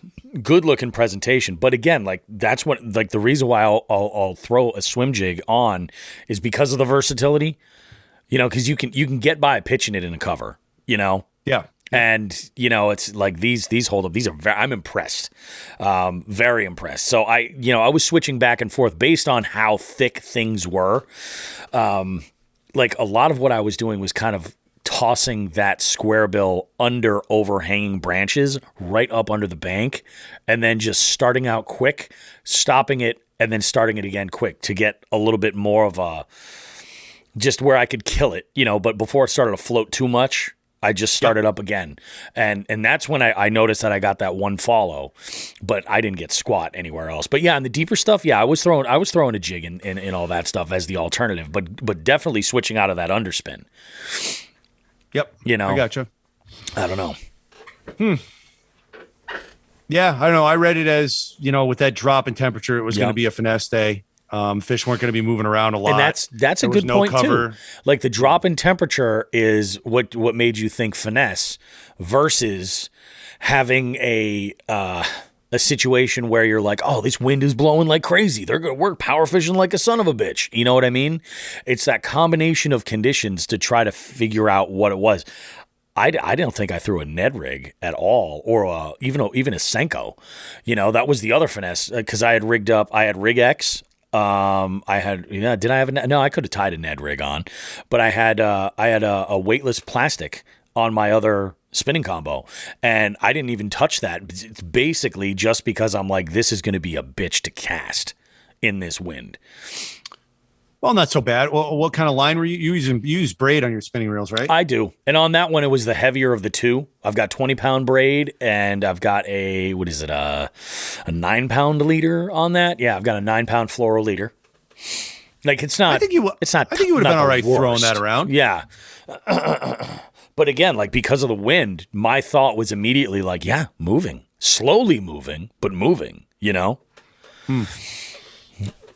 Yeah, I don't know. I just went the other way with it. Again, we were at two completely different bodies of water where you actually had weeds. I had nothing. Yeah. And some wood. I had a fucking the surface of Mars to fish, and it sucked. Yeah, it was painful. That does suck. So there's a tip, guys. Don't lock something into your fucking hands before you go out and see what could or could not be, conducive to catching fish. Read the water. Start to learn to read the water and learn to read conditions. Yep. And you'll probably have some more sex. Jesus. You'll have some more sex. You will have more sex by learning to read. Yeah, you know what? Definitely read the bed. This works in the bedroom too. Read the conditions and you will have more sex. There you go. Perfect. Yeah. Or go out and fish and you will have more success. There you go. Perfect. And that's I couldn't have said it any better. You ready? Yeah, I'm going to get angry. Go. Fuck that guy. Fuck that guy. Fuck that guy. On Friday we didn't get our chips and soda, so we're gonna have to double down on the chips and soda for the next trip out. But on Friday there was no shortage of us quoting the one and only Paul Roberts right there.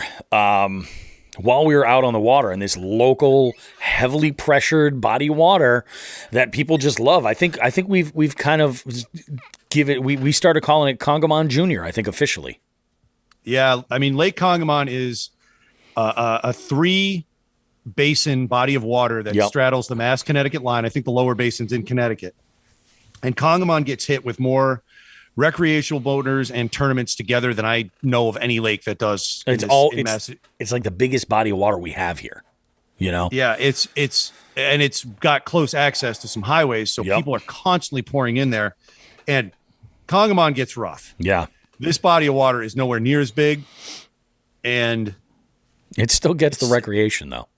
It sucked. Yeah, it does. And I wanted to start off with something, Bobby, because when you first invited me on this show and we had that big 3-hour interview, go ahead and check the records, folks. We had I think episode 3 or 4, whatever, is Sean the Fisherman fucking busts out. I think I made mention of it that there was one body of water where I was trying out a sit on top kayak with my wife and kids. My kids were young at the time. Yep. And I had no plans on I didn't even bring a rod or reel. I brought the wife, the kids, and we went out and tried a kayak. My wife and I each had one of our sons with us, and they were young. I'm talking like probably 4 and 5. We got out to this body of water. We launched from the beach on this body of water because it was easier to drag the boats across. Sure. We were out there for 10 minutes, and some motherfucker in an aluminum boat was doing circles at 8:00 in the morning, just doing donuts in this boat, just making waves. I don't know if he's trying to spill us. I have no idea. Yeah. But I'm like, what the fuck is this guy on? That was the same body of water. So I would like to give a a double belated fuck that guy to that asshole. Yeah. I don't know if it's posthumous or not. I don't know if the guy's still around breathing, drawing breath, but what a fucking piece of shit that guy was. Now, fast forward fucking 10 years. Here we are. You and I are out. We're getting on your goal of twice a week. And what happened, Bobby? Can you tell the people what happened? Same exact situation. So we had actually gone out. We had met probably it was just about 9 a.m. I think I just had dropped off my daughter at school. I had headed back right out toward this body of water. Got to the ramp, getting stuff together. Sean comes in all full from his nice Mrs. Mitchell's breakfast, a cup of coffee, ready to rock and roll. And we go and we launch, and he's like, so I'm going to give you the tour. Let's go ahead. This is what we're going to do. We're going to aim for this spot here. Well, as we start getting a little bit closer, we see a boat, a smaller bass boat. And actually, I genuinely thought that may have been former guest Alec Plot. I'm going to destroy Plotnikevich. Yeah. I totally thought it might have been Alec out there because it looked like his boat. But I've seen a similar boat a lot of different times, and so we didn't ever get close enough to figure out if it was him or not. I should hit him up and ask him. But anyway, and I'm like, oh, that's right, I forgot. There are quite a bit of boats on here, and there's lots of houses around this body of water with docks, and people have their wreck boats in the water all the time doing stupid shit. And we're out in this one area after we had kind of figured out a little bit of this pattern, like what we were going to follow for depth contours.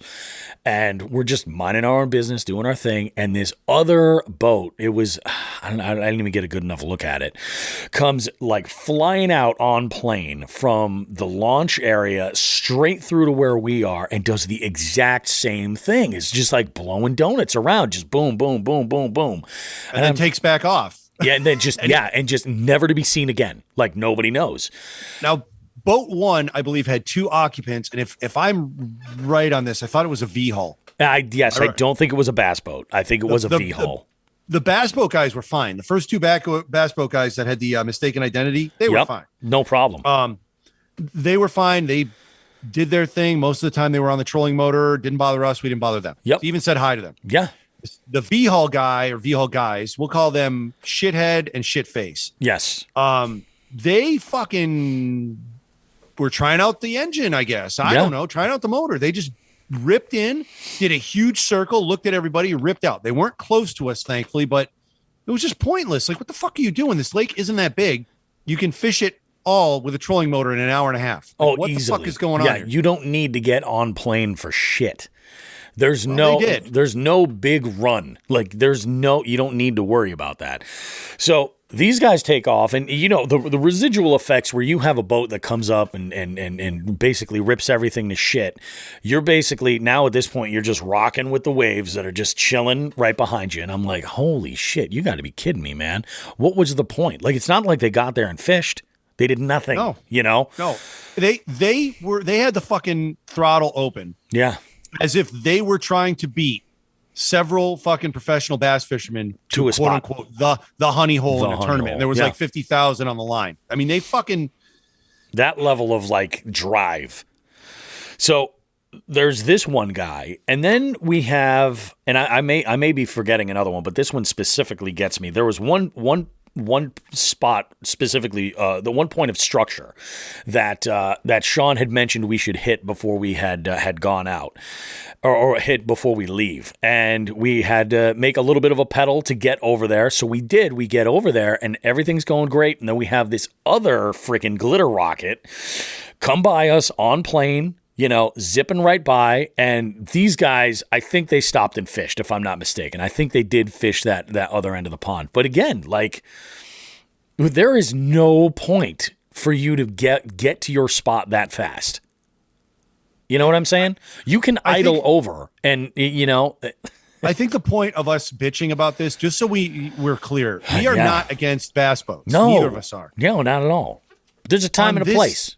Yeah, on this tiny body of water, what happened Saturday was so fucking unnecessary. Yeah. I don't understand why. Like, why? Why? no fishing, fucking donuts. Like, Yeah. okay, you're a piece of shit. Congratulations. Yeah. I don't know what else to say. Like, what did you do that for? Yep.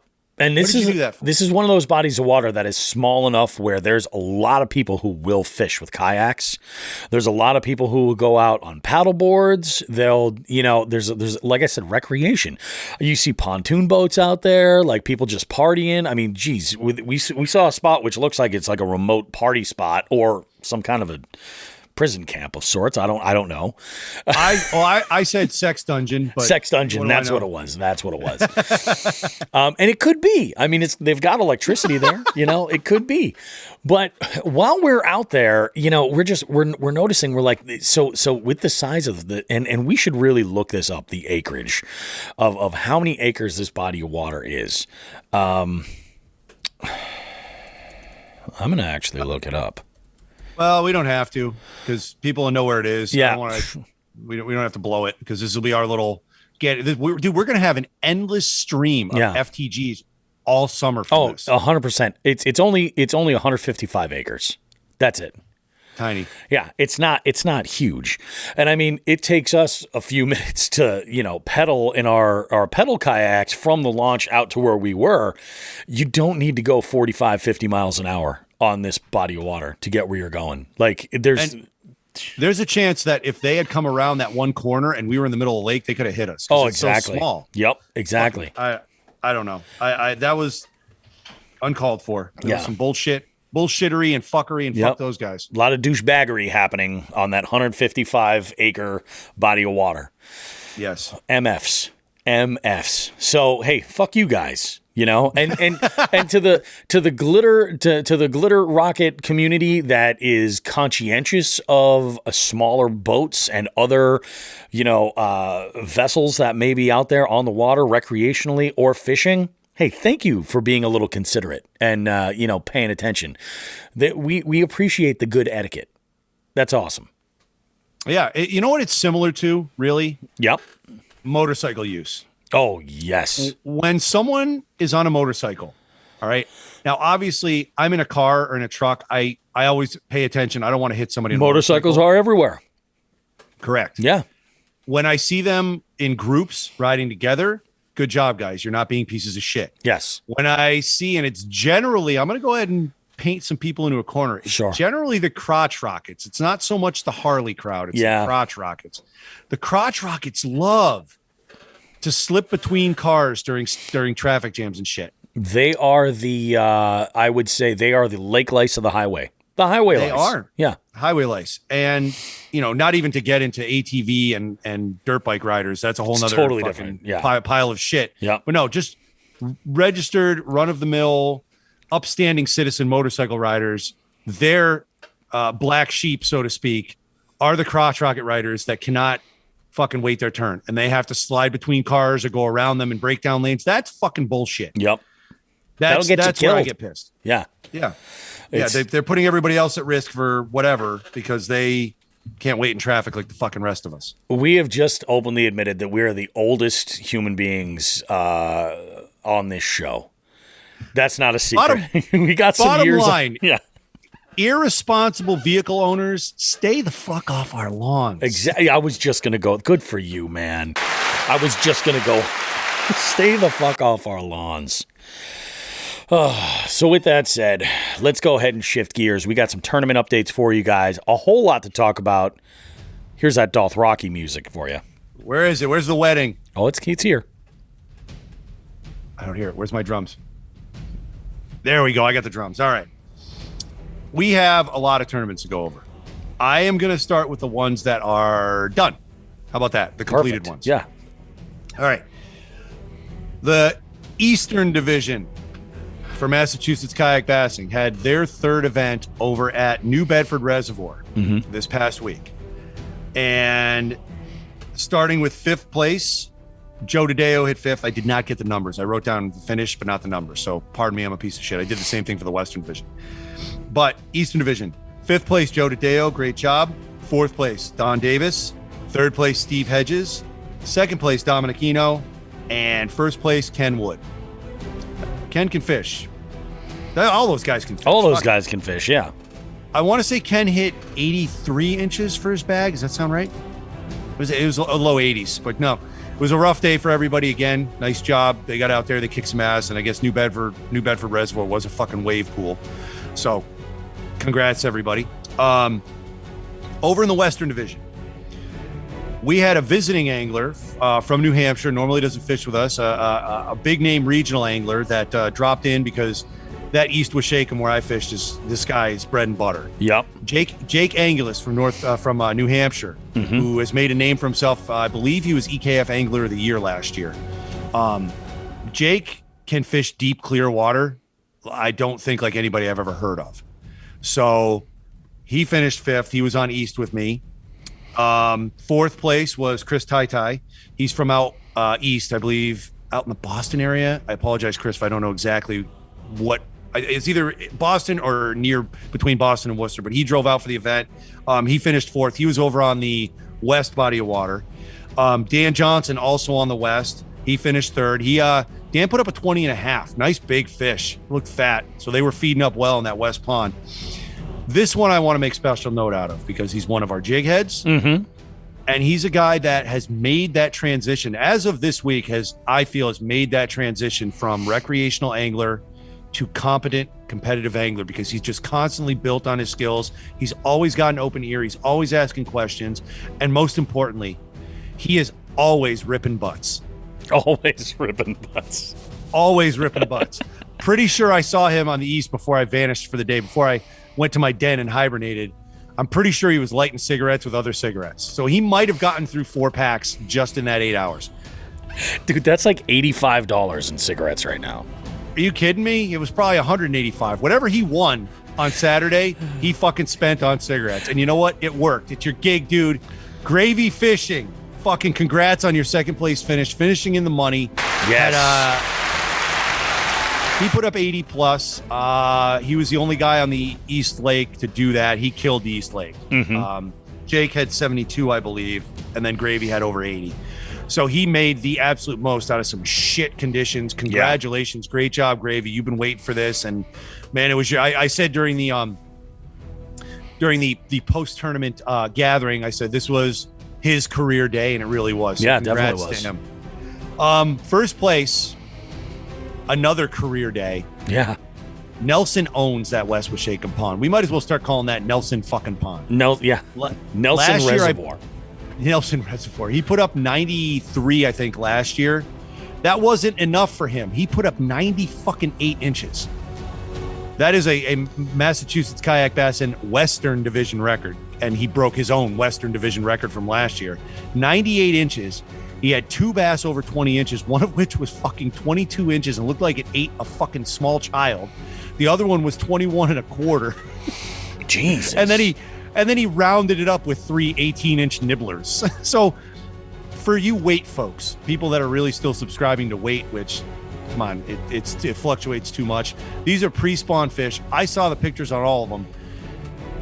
You're talking 3 fish that were over 3 pounds and another 2 that were probably over 6.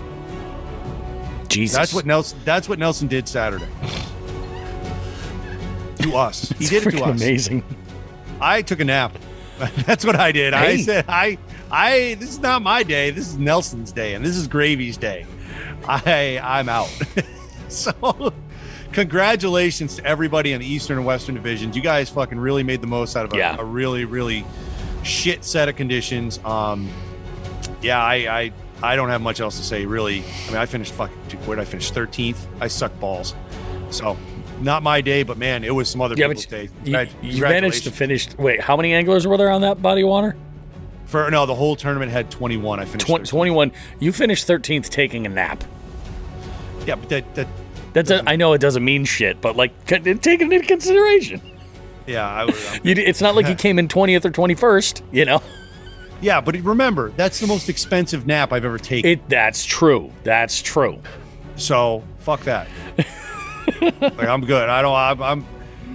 There's places like you'll see anglers and you hear anglers talk when they get experience or some decent amount of experiences. They'll figure out real quick bodies of water they succeed on and bodies of water they struggle with. And this pond, this East Washaycombe, Yeah. I struggle with. I mean, last year I did okay. I caught one big fish, which was great. Sure. And then I didn't get a picture of him because he fell off the fucking board. Jerk. Yeah. So that's on me. I just, there's places now with, there's been some rumblings about some possible expansion for MAKB for next year. So these ponds might not even be on the menu if there's a Western division, a Central division, and an Eastern division. You know? That's true. You never know. Yeah. But that's just hearsay. That's things I hear on the grapevine. Let's get on to more tournaments. We got a couple more to cover. There was a nationwide tournament, as we mentioned earlier, called Bass for Shannon, which all the proceeds were going towards, really Hookset Hoodlum Shannon. Yep. You know, Ken's wife got diagnosed with breast cancer. We talked about it on the show a month ago when this happened. Yep. We're all shocked. The outpouring of support from the Hookset Hoodlum community has been fucking insane. And we hope that Shannon, succeeds in her battle. Yep. Does the best, and we're all here to help her out. So there was a tournament that was best 5 bass all around the country. Hookset put on through Fishing Chaos on Saturday, and really, if you were out fishing tournaments, it was Saturday and Sunday. Sunday was Mother's Day. I don't know how people got out, but I'm sure people were able to. So the real point of this was getting your name on the list, whether you fished or not. Yeah, exactly.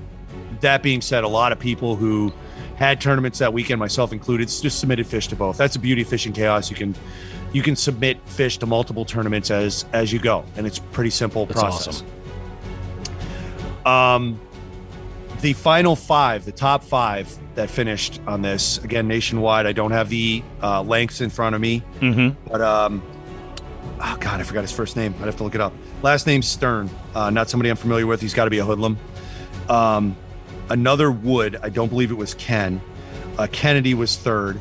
And then the top two names I'm very familiar with.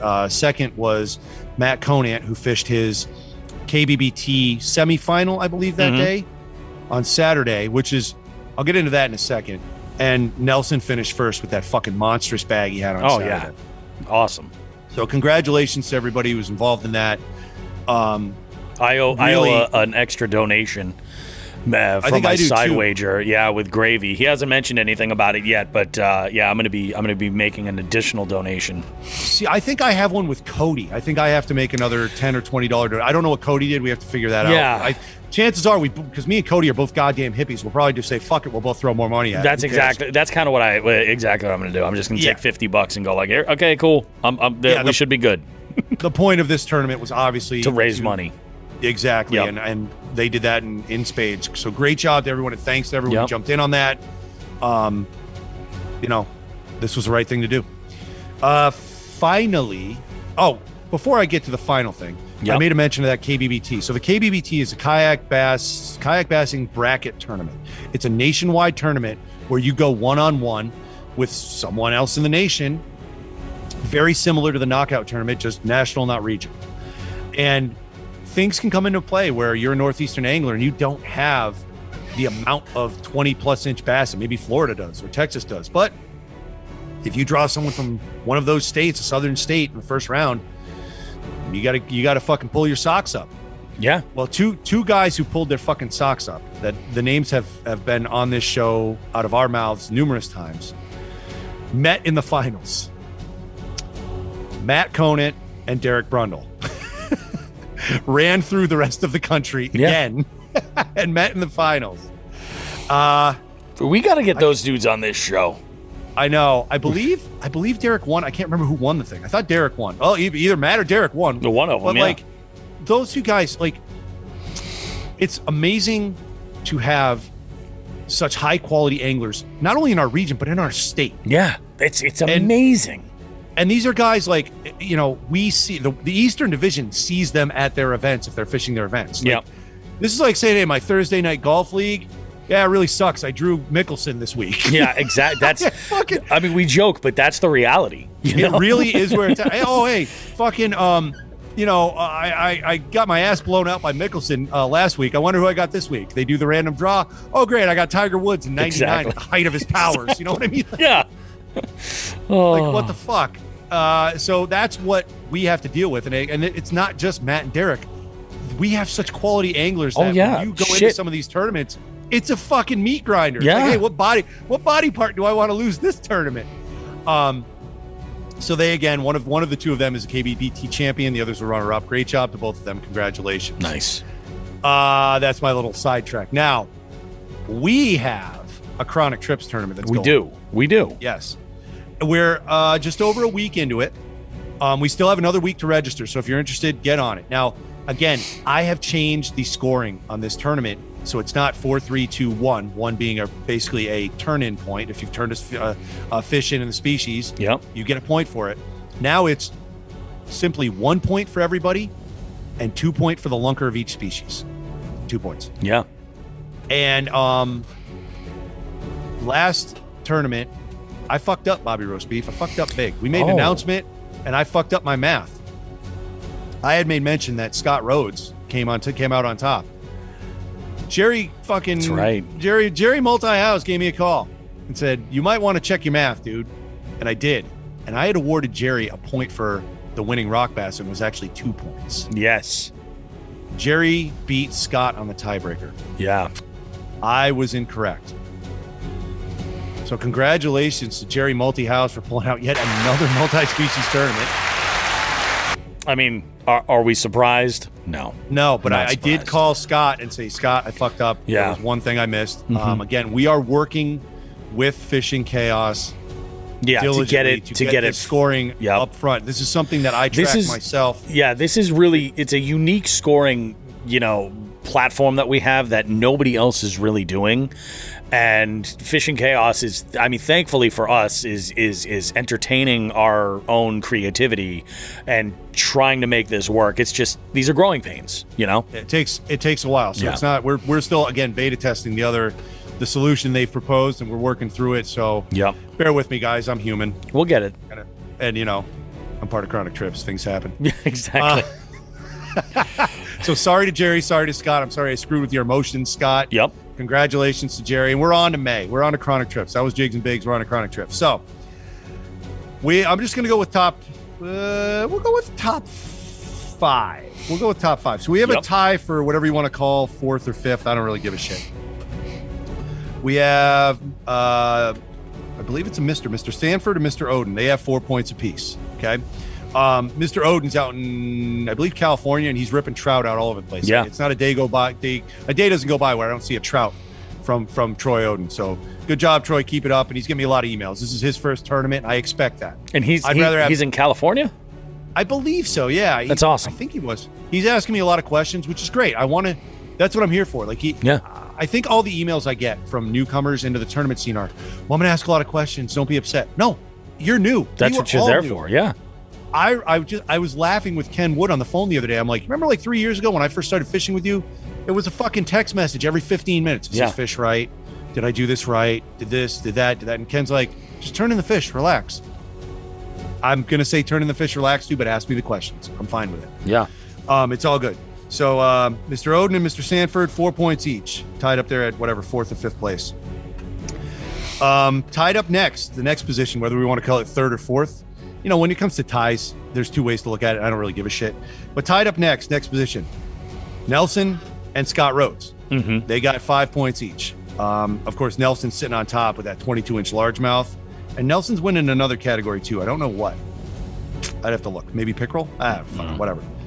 So they're tied up in, let's say, 3rd place, right? Mm-hmm. 2nd place, we have a newcomer, Cheryl Bentley. Oh, that's right. Cheryl's got 6 points by herself.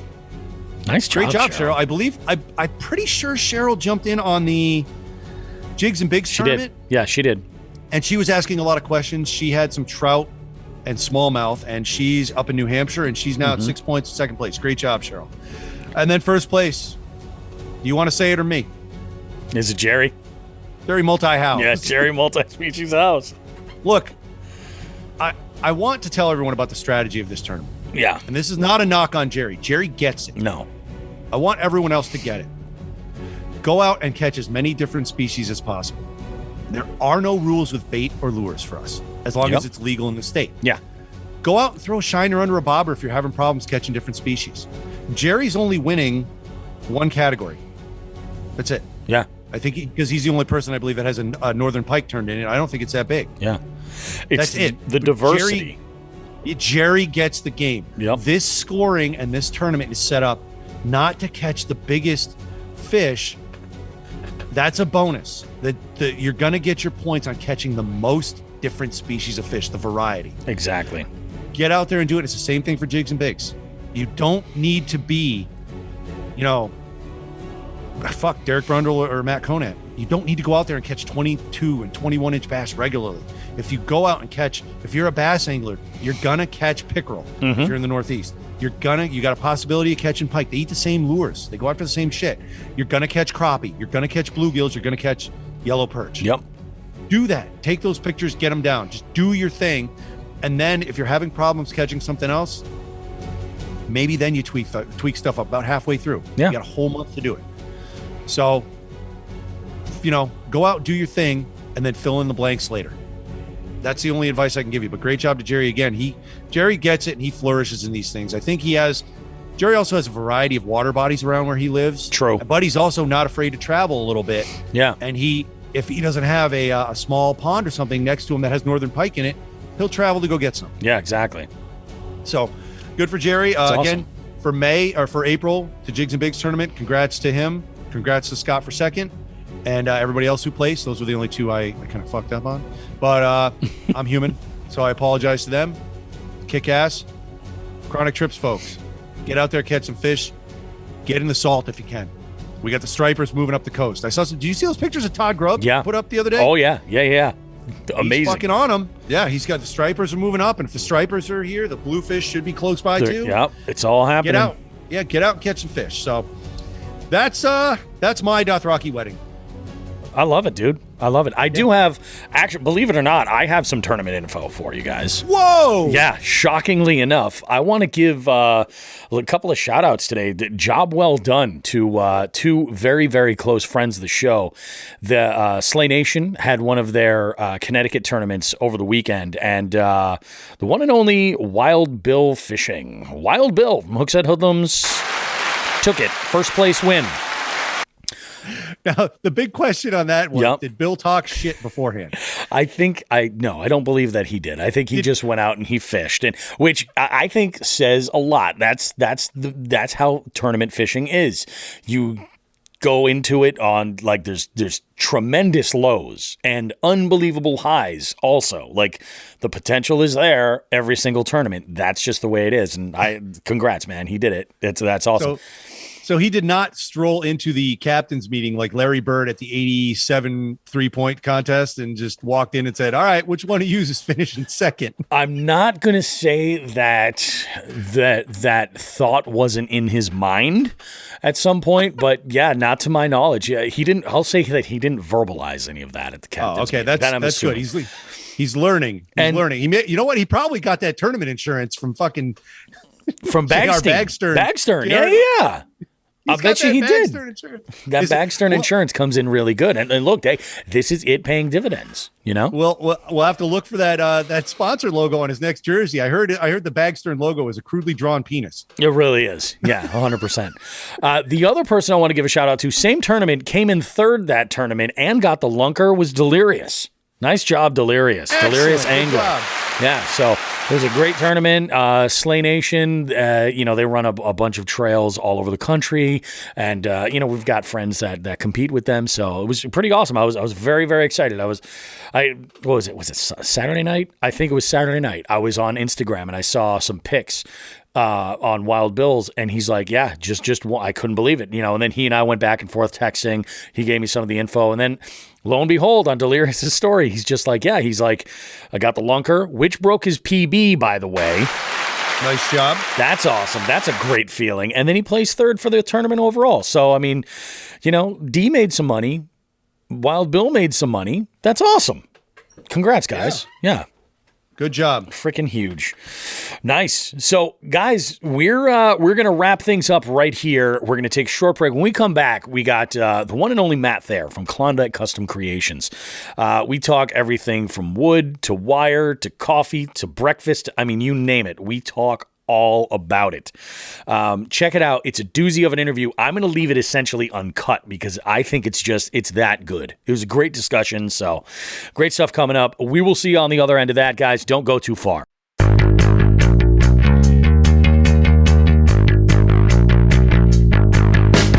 Jigs and Bigs is your favorite fishing podcast, right? Why not show the world how much you love the show while directly supporting us? We have men's and ladies' shirts, hoodies, and a variety of hats. We even have a waterproof outdoor Bluetooth speaker so you can listen to your favorite podcast while out on the water if you like. Check out jigsandbigs.com/shop to visit the store and gear yourself up. If you really can't get enough of this show, consider becoming a jighead and joining our Patreon. It's a subscription that gives you exclusive access to recording sessions that allow you to engage with us as we record the show. We also have some exclusive content there just for our jigheads and even have some special promo codes. Space is limited, so join now at jigsandbigs.com. Finally, if you're local to our area in Western Massachusetts, consider checking out the Western Mass Fishing Report, posted weekly at northeastwildwoman.com. We have amazing contributors providing great content and info for local conditions and what's been going on and working recently. Jigs and Bigs, so much more than just two lightly roasted hippies trapped in the 90s arguing on the internet about fishing.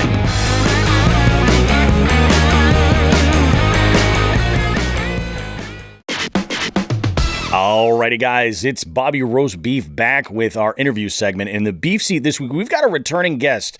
We've got Matt Thayer. You know him on Instagram as Klondike Custom Creations. And there's been a lot of buzz, not only on Jigs and Bigs and around our circle of friends with Matt's products, his baits that are out there, but also like he's gotten mentions in a few other places that are pretty freaking amazing as well. Matt, how's things going, man? How was your winter? Hey, Bobby, what's going on? I'm doing all right. I'm hanging in there. So my winter. Yeah. My winter was quite eventful. Yeah, I'd say so. For sure. I did a couple of shows. I did the 100th. I did the 100th episode event. Yep. You know, with you guys up in Massachusetts. I was way out of my comfort zone there, but I came out of my shell a little bit. You did great, man. It was awesome. I gained a crown of men's genital. That's right. I forgot you wear won on my head. Yes. That was I was like, yeah, I could win a rod. I could win all kinds of like custom lures. Nah, you got a crown of penises. A crown of penises. Yeah, that's how it works. But that much like a Jigs and Bigs event, you never know exactly how it's going to turn out. That was absolutely wild. Yeah, you've done a lot of shows actually. You were at the Connecticut Fishing Expo, the one at Mohegan, right? Yep. You did the New England Fishing Expo in Boxborough. Yep. And then were you at, you did the open house, the Old Glory Outdoors open house as well. You were there as well. That was awesome, man. It was such a good time. Yeah, I had a few things there. I had a small table set up at Old Glory. That's awesome, dude. That is freaking absolutely bananas. So that's great, man. Things are really coming along for you. I know you had a nice little mention on Tackle Talk as well, and I mean, which doesn't really surprise me because your baits stand up against so many other baits on the market and deliver all the time. Like I think it was just this week I was telling you about. I had used one of your chatterbaits, and I was playing around with a Z-Man Elite chatterbait. And, you know, I mean, they run great. I feel like, I mean, I've never used a jackhammer only because I'm not going to spend that kind of money, but I have thrown like a Thunder Cricket, and I have noticed versus the original Z-Man, those more, I guess, premium models tend to start, you feel that vibration a little bit quicker. But I'll be damned, your bladed jigs they start rattling immediately. Like they're right on that level. So if you guys throw bladed jigs, check out Klondike because there's great stuff that's available. But not only that, like I've caught fish on your buzz baits. I've caught fish on your spinner baits. I haven't thrown any of your wood stuff yet, but I think we're going to talk poppers today because I don't know. Right. I feel like that's like, well, you have a new popper actually that you had submitted for, oh, that's right. It's the Wide Boy popper. That was the one that got mentioned on Tackle Talk, right? Yeah, that's the Wide Boy. So I like to pretend I am the inspiration in that name. Hey man, I identify as a wide boy myself. I hear you, man. I hear you. It's a very elite club, of That's right. expert angler. But yeah, so I did a few saltwater couple of saltwater plugs like that, Mhm. and then I brought I brought two actually to the 100th episode in Lockwood Fishing. He Yep. got the black and blue one. Oh, So nice. the one I made for Andrew at Tackle Talk was like that's like the little brother to the one that Lockwood has. Oh, yeah. I mean, Yeah, it's so I like that one a lot. I still have yet to make one for myself. But that's like a 2 3/4. It's right around. They come out different because they're wood. yeah, I put the same amount of weight in them and everything, but yeah. they come around 5/8 to 3/4 of an ounce, maybe a little heavier than that. But you can bomb these things. Oh, yeah. So That's awesome. I mean, you can cover water easy. You can. Oh, it's nice. yeah, exactly. That's So, awesome. and that's what Andrew wanted it for. He's like, because he fishes a lot in a couple of rivers for smallies, and he's like, I wanted to be able to get to like. He's like, I got this one current break that's dead ass across a river that I can't get to, and he's like, and I've been wanting a popper for that spot. Yeah. And like the spot it's like private property. You can't get over to that other side or something like that. But that current break, he wants like that one bait for it. So. And luckily, I was able to hook him up with that. That's awesome. You got a couple other baits that have popped up on your Instagram that people have been buzzing over, and they're not buzz baits. One of them is that skitter wake. It's like a jointed jitterbug almost, and it's got like, this is amazing. The wood pattern. It's almost like a herringbone style. Yeah, it's so freaking cool. It's I mean, thank God it's a topwater. You're much less likely to lose it. But holy crap, that's an absolute piece of artwork, man. Oh, thank you. How did you get started woodworking? Like, where did that come from? My start woodworking was so originally when I went to a tech school here in Southern Rhode Island. Yep. Well, it's a high school, and then you have a vocational, career and technical program. You had certain periods of the day or whatever that you went over. But I originally started out, I wanted to take culinary arts, hence the whole wide boy thing. Sure. Oh, yeah, dude. I'm a Voc school guy, and culinary was my second guess. My second pick, yeah. So I enjoyed cooking and baking especially, wide boy. And so I started, I wanted to, and then I kind of got away from it. I got into BMX pretty hard, and I was making bike jumps out my backyard. Oh, okay. Out of scrap wood that I had from like a dilapidated deck that we got somehow. I was making bike jumps. Then I started buying I bought hammer and nails and hand saws, and then my mom was like, "Hey, you'd rather be outside, building these things, building stuff than in here cooking. Yep. So maybe you should consider, going into carpentry in the career and tech program." Oh, yeah. So I was like, yeah, well, and I had my head set on the culinary thing, and I already put my application in. I was like, you know what? Yeah, I am going to change it. So I changed to it's now a construction technology program. Yep. It was a carpentry. It's the same program, residential home construction. Mm-hmm. And then I decided I wanted to do the finer side of woodworking. So cabinets and stairs, stuff like that, instead of actual home building. Yeah. I worked at a cabinet shop right out of high school. And I interned at a higher end construction company down here in Westerly. Oh, that's awesome.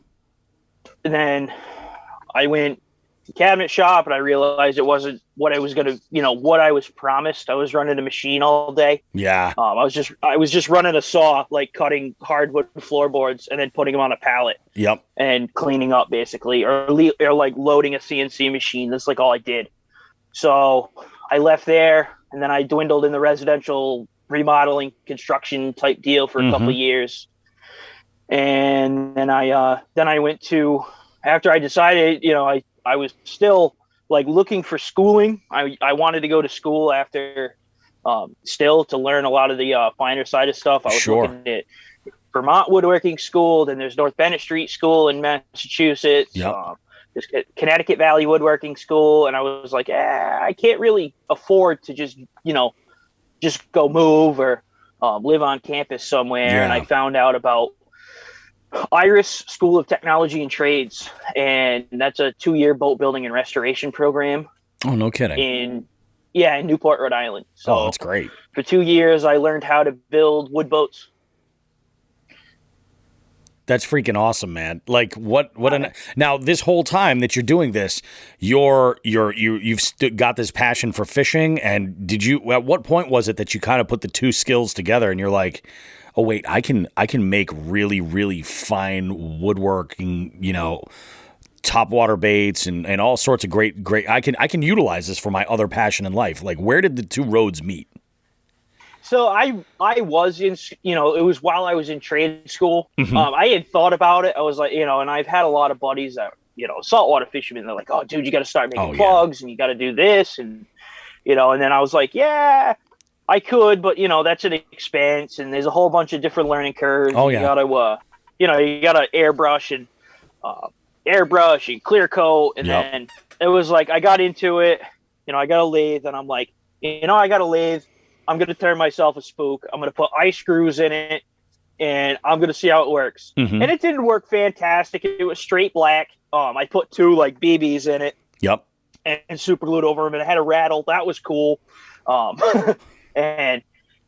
And I had a buddy of mine, and I gave it to him. I'm like, here, I made this. And he's like, oh, you made this? This is cool. It's just, it's a spook, but it's black, Yep. and no eyes or anything. And he's like, oh, this is cool. And he's walking it around. He's like, man, this is awesome. It's rattling. It's doing all kinds of stuff. And I'm like, all right. So I started making stuff for myself. And then I basically started with it hit me with starting to make spinner baits.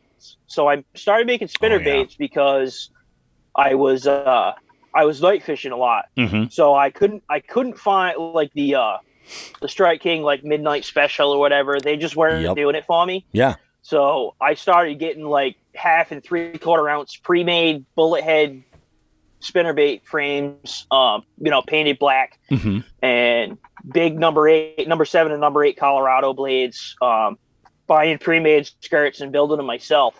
And then that kind of spiraled when I had buddies like, oh yeah, I want this and I want that. Can you do that? I'm like, yeah, sure. And I'm a spinnerbait junkie. So I was like, oh, I can make this and I can make that and I can do this. Oh yeah. So then then everybody's like, dude, you do all this woodworking stuff. Like, where's the wood baits? Like, come on, Yeah. And I'm like, yeah, I made some, but it's still like a big learning curve. Sure. Yeah. Which is with everything. Yep. So, and then I was like, okay. And I started making the jitterbug style baits. I was like, oh, dude, I started I have a couple of spooks that I made, and then I still have the first jitterbug style bait that I made, skitterwake, single piece wood grain, that I clear coated with marine varnish. And I was like, oh, I don't need to put any weight in this. And I actually still haven't caught a fish on it. Oh, really? Oh, okay. Yeah. It so happens. I threw it around and I'm like, oh, this is so cool. And then I'm like, I can't lose this. So I started making more. Yeah. And then I stopped throwing. I only threw that one a couple of times, and it rides around with me everywhere I go on my boat. And I just don't throw it because it's the first one. And it's the fear of like, oh yeah, no. I want to save this sucker. Yeah, right. Definitely. And it's like, man, I need to catch a fish on that damn thing, Oh yeah, absolutely. So I still haven't thrown it around since the last time I did. But yeah, so that was it. And then I had interest in those. Yep. And then it was like, and I had it always in the back of my head, like I've always, like my mom and dad would be like, oh yeah, that's dumb. Why would you try to make lures and stuff? And I remember I walked up and I was like, yeah, these guys are getting like $35-$40 for these things.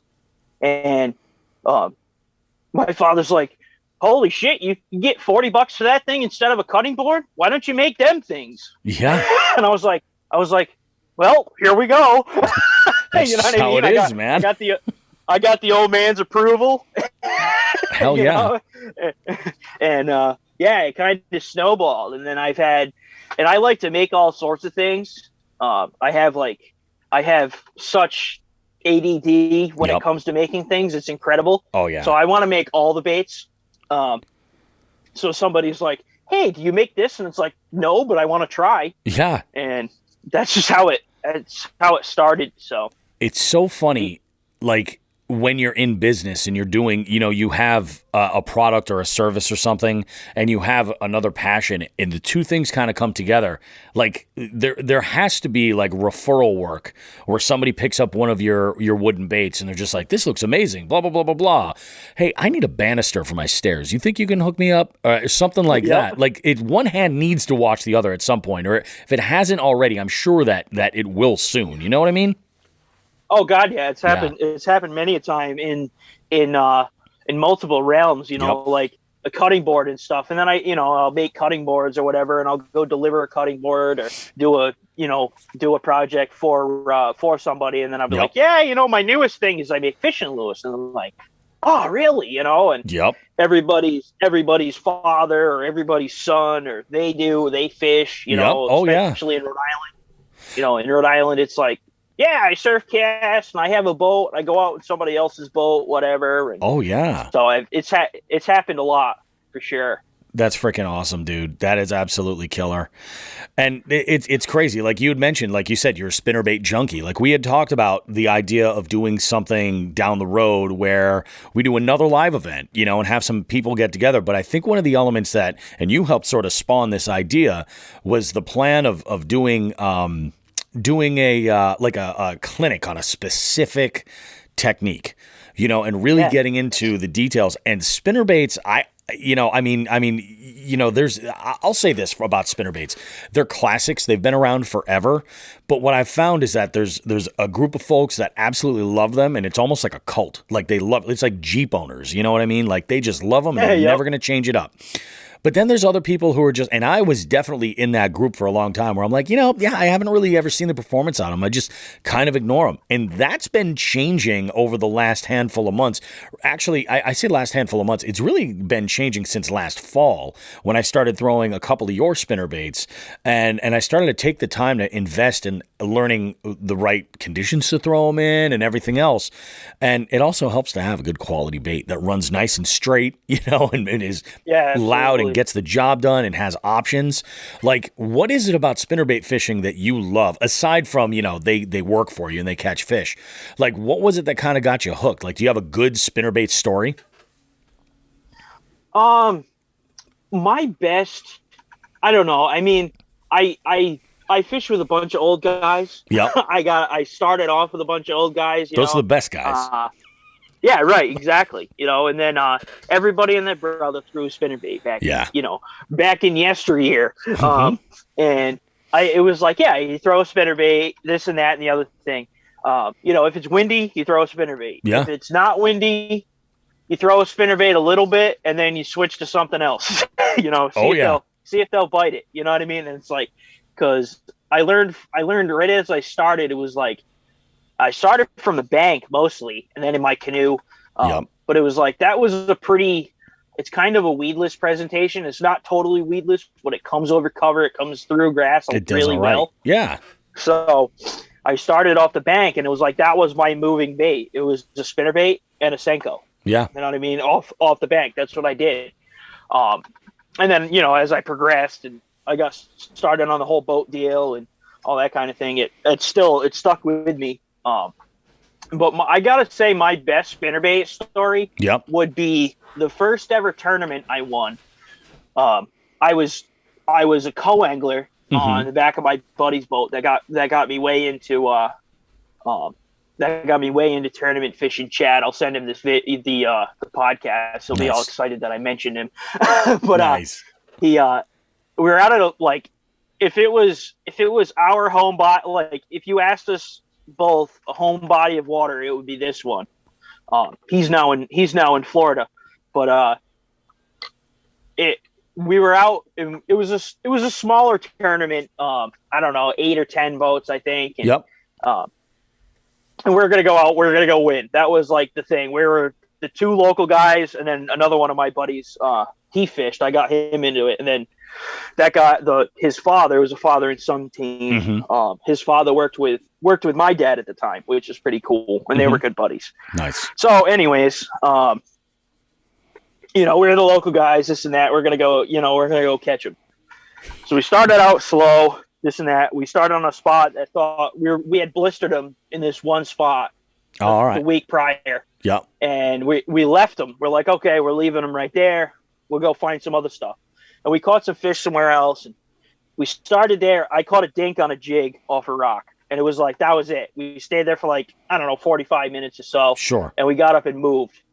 We rolled around for a while with that one fish. It was like 12 inches line burner. Yep. We caught a couple more fish. My buddy Chad caught a couple more fish. And then it was slow. So we're out offshore. He was a big offshore guy. And I'm throwing like a shaky head, and I'm not doing things that I'm accustomed to. Yeah. And I'm like, and I had and it was windy. It was windy enough, and the bow of the boat's going up and down. Yep. I'm like, what the hell are you doing? If it's windy, you throw a spinnerbait. Yeah. So I'm throwing a spinnerbait. Then I downsized to a little, I think it was a Jawbone Dix deal. It was before I was making anything. Yep. I'm pretty sure I still have it. But anyways, it was a little white quarter ounce. I was throwing on a spinning rod. Okay. I was like, so I'm throwing it around, and I was like, thunk. And I had a fish on. I'm like, oh yeah, Chad, I got a fish. I got one. And he's like, that's a good one. And I'm just like steady rolling it in. Like, I'm like, I don't know. It's not that big. And I was just in such a not a daze, but like, I just kind of was like, yeah, I got a fish, whatever. And he's like, dude, this thing's huge. And I'm like, not listening to him. Like, yeah, dude, it's okay. Yep. So I'm reeling it in. He gets into the net. And he's all dancing and stuff. And I'm like, what? Like, I'm thinking it's like 2 pounds, whatever. Like, yeah, this will be good for the bag. And he flops the thing on there. It's a 5.5 pounder.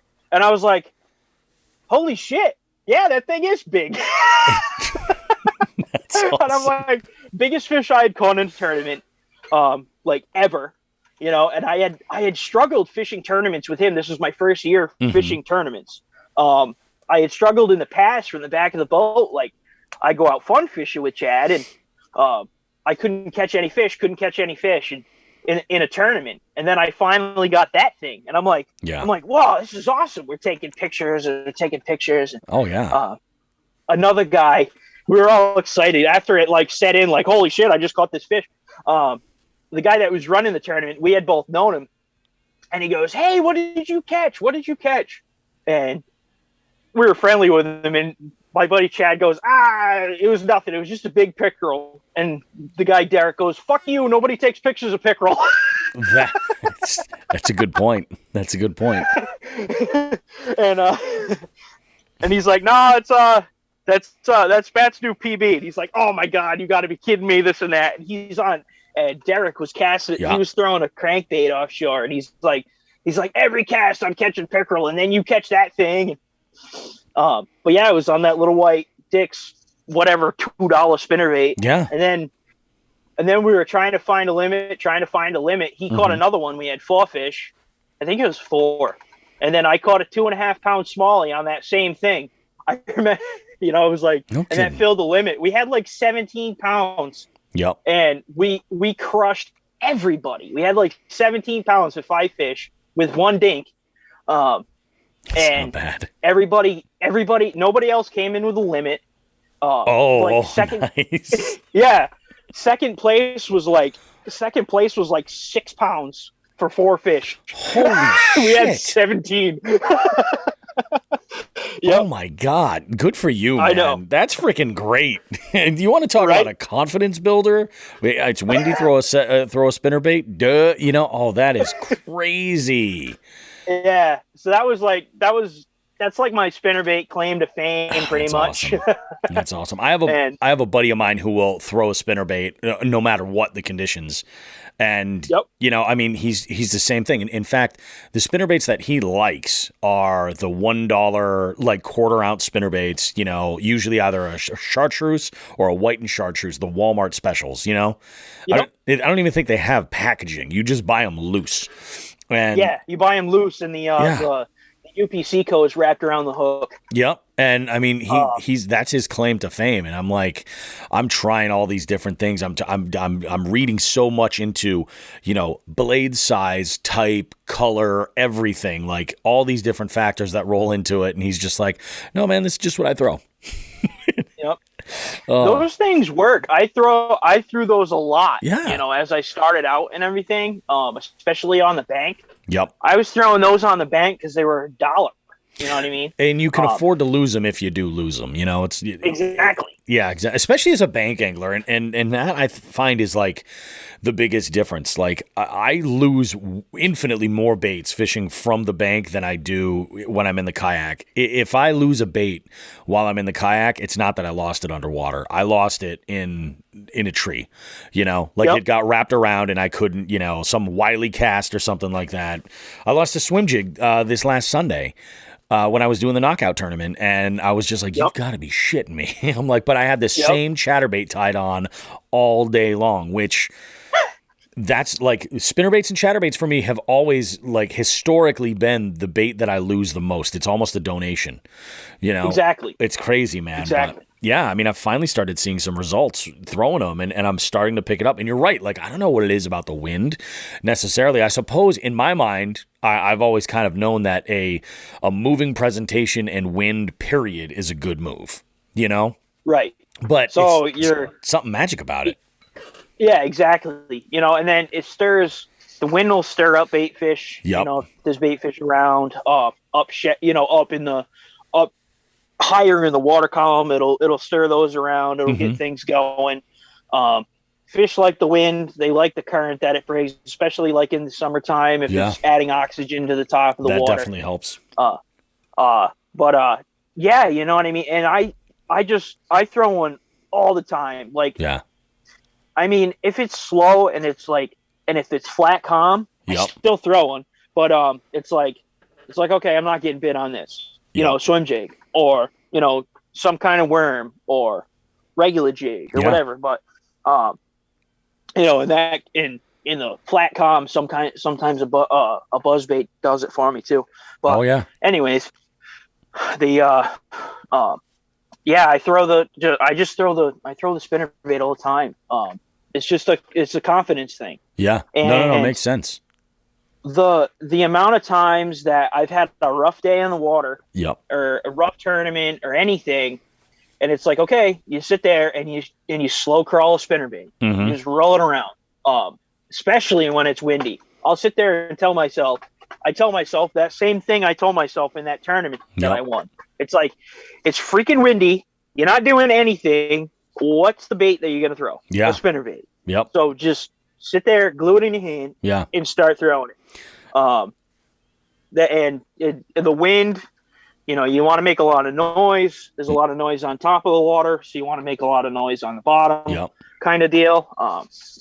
But yeah, that's a lot of my thinking on it, especially when they're feeding more on sight than sound. Yeah, I guess that too. Makes sense. Yeah. So. No, that's awesome, man. I don't want to take too much of your wealth of knowledge away, because if we're doing a clinic, I want people to get this all in one place. But when it comes to blades, blade type, blade size, and also blade color, where do you weigh in on that? Like, what conditions does a gold blade work better than a silver blade? Do you lean more toward a willow blade all the time? I know some guys that only throw willow blade spinner baits.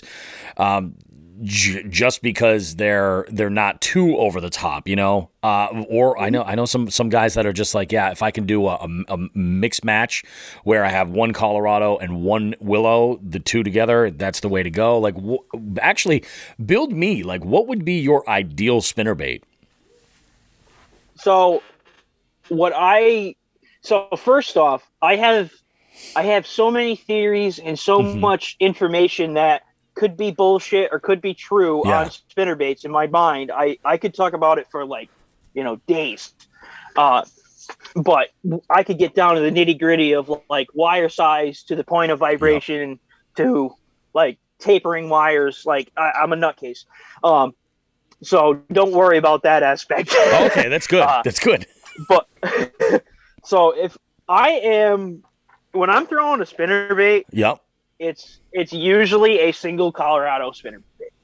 Gotcha. I am old school in that fact.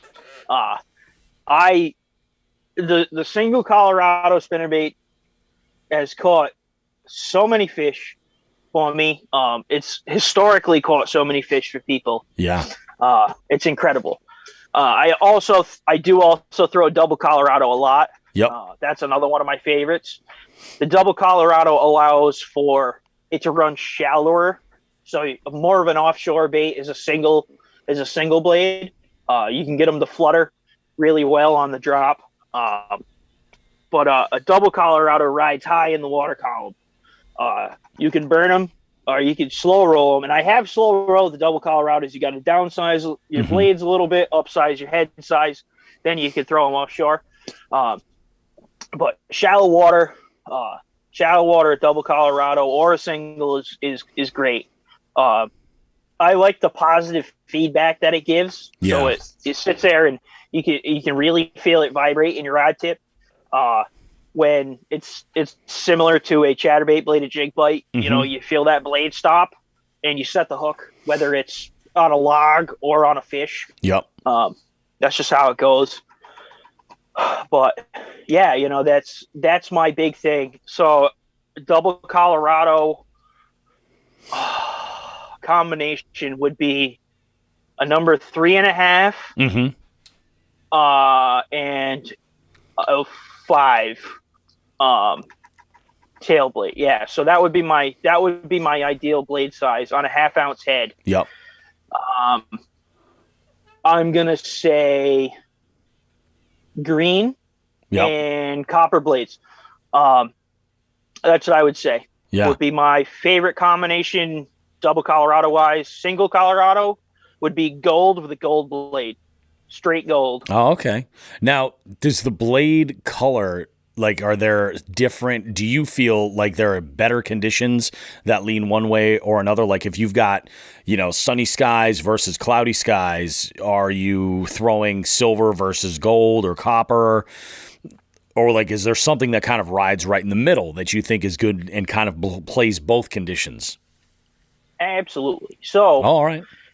I can delve really deep into the whole colors of blades. Yeah. I'm not too huge on colors. Yeah. I'm like I was like Sean was at the Sean was at Mohegan Sun when I was with Brian Mayo and Mayo's Hand Poured Baits, and he was picking through the colors and stuff, and I'm like, and Brian and I are like, man, this guy's crazy. Yeah. Yep. And I've talked to Sean a lot on the phone, about different stuff, and he's like, oh yeah, I've been throwing a perch, and then I was throwing an alewife and this and that. Yep. Pattern or whatever, and I don't think Sean will get mad at me for saying that, but probably not. But yeah. So he's like, oh yeah, I was throwing this and I was throwing that, and I'm like, I throw black, white, and green, and everything else around that kind of like, it's like, yeah, that's kind of a perch color. Yeah, that's kind of a bluegill color. Yeah, that's kind of a I don't know. I mean, I do the same thing. Yeah, I do the same thing. Like I've got dark colors, I've got natural colors, and I've got bright colors. And there's maybe like one or two things that I'll pick. Like I like blues, and I like black. Obviously, I like black and blue, black and red, black and purple. Like any kind of combination of that. Take something that's dark, take something that's light, take something that's natural. But like for me, especially when it comes to colors, and I've made no secret about this, I lean toward a natural presentation all the time. You know, I mean, there's obviously like differences where, you know, that natural presentation is going to be different. If you're fishing a place with, you know, let's say you're fishing a place with shad, sure, white is going to be a natural presentation, you know? Exactly. So it's going to fluctuate depending on where you are. But my theory has always kind of been when it comes to color, match the hatch because that's what they're seeing in their natural environment. But if the water conditions are really, really like limited visibility, that's where, to me, vibration and noise plays way more of a factor, but that's just kind of my take on it. And I never really kind of, like most of the spinnerbaits I have thrown have been willow leaf blade baits, and which is all right. But man, I think recently I had picked up 2 spinnerbaits from Z-Man because I watched a couple of videos on Tactical Bassin, and I was like, I'm going to try to get 2 identical baits, one that's like a standard size spinnerbait and then one that's a little bit more of a finesse. So I found 2 color patterns, and one was a 1/2 ounce bait, one was a 1/4 ounce bait. And what I did not pay attention to when I picked these 2 out was that the 1/4 ounce bait had Colorado blades. The 1/2 ounce bait had willow leaf blades, both gold. And I'm like, all right, we're going to see what happens. Man, that 1/4 ounce bait got slammed. I've yet to catch anything on the 1/2 ounce bait, but that 1/4 ounce bait with the Colorado blades, way more vibration. Like, it felt like a chatterbait versus the willow blades that are a whole lot more. It's more of a visual, I believe, anyway. Exactly. It's more like a it's kind of swim jiggy. You know what I mean? Yeah. But so going back to, I totally delved off of the original question. Oh, it's all good.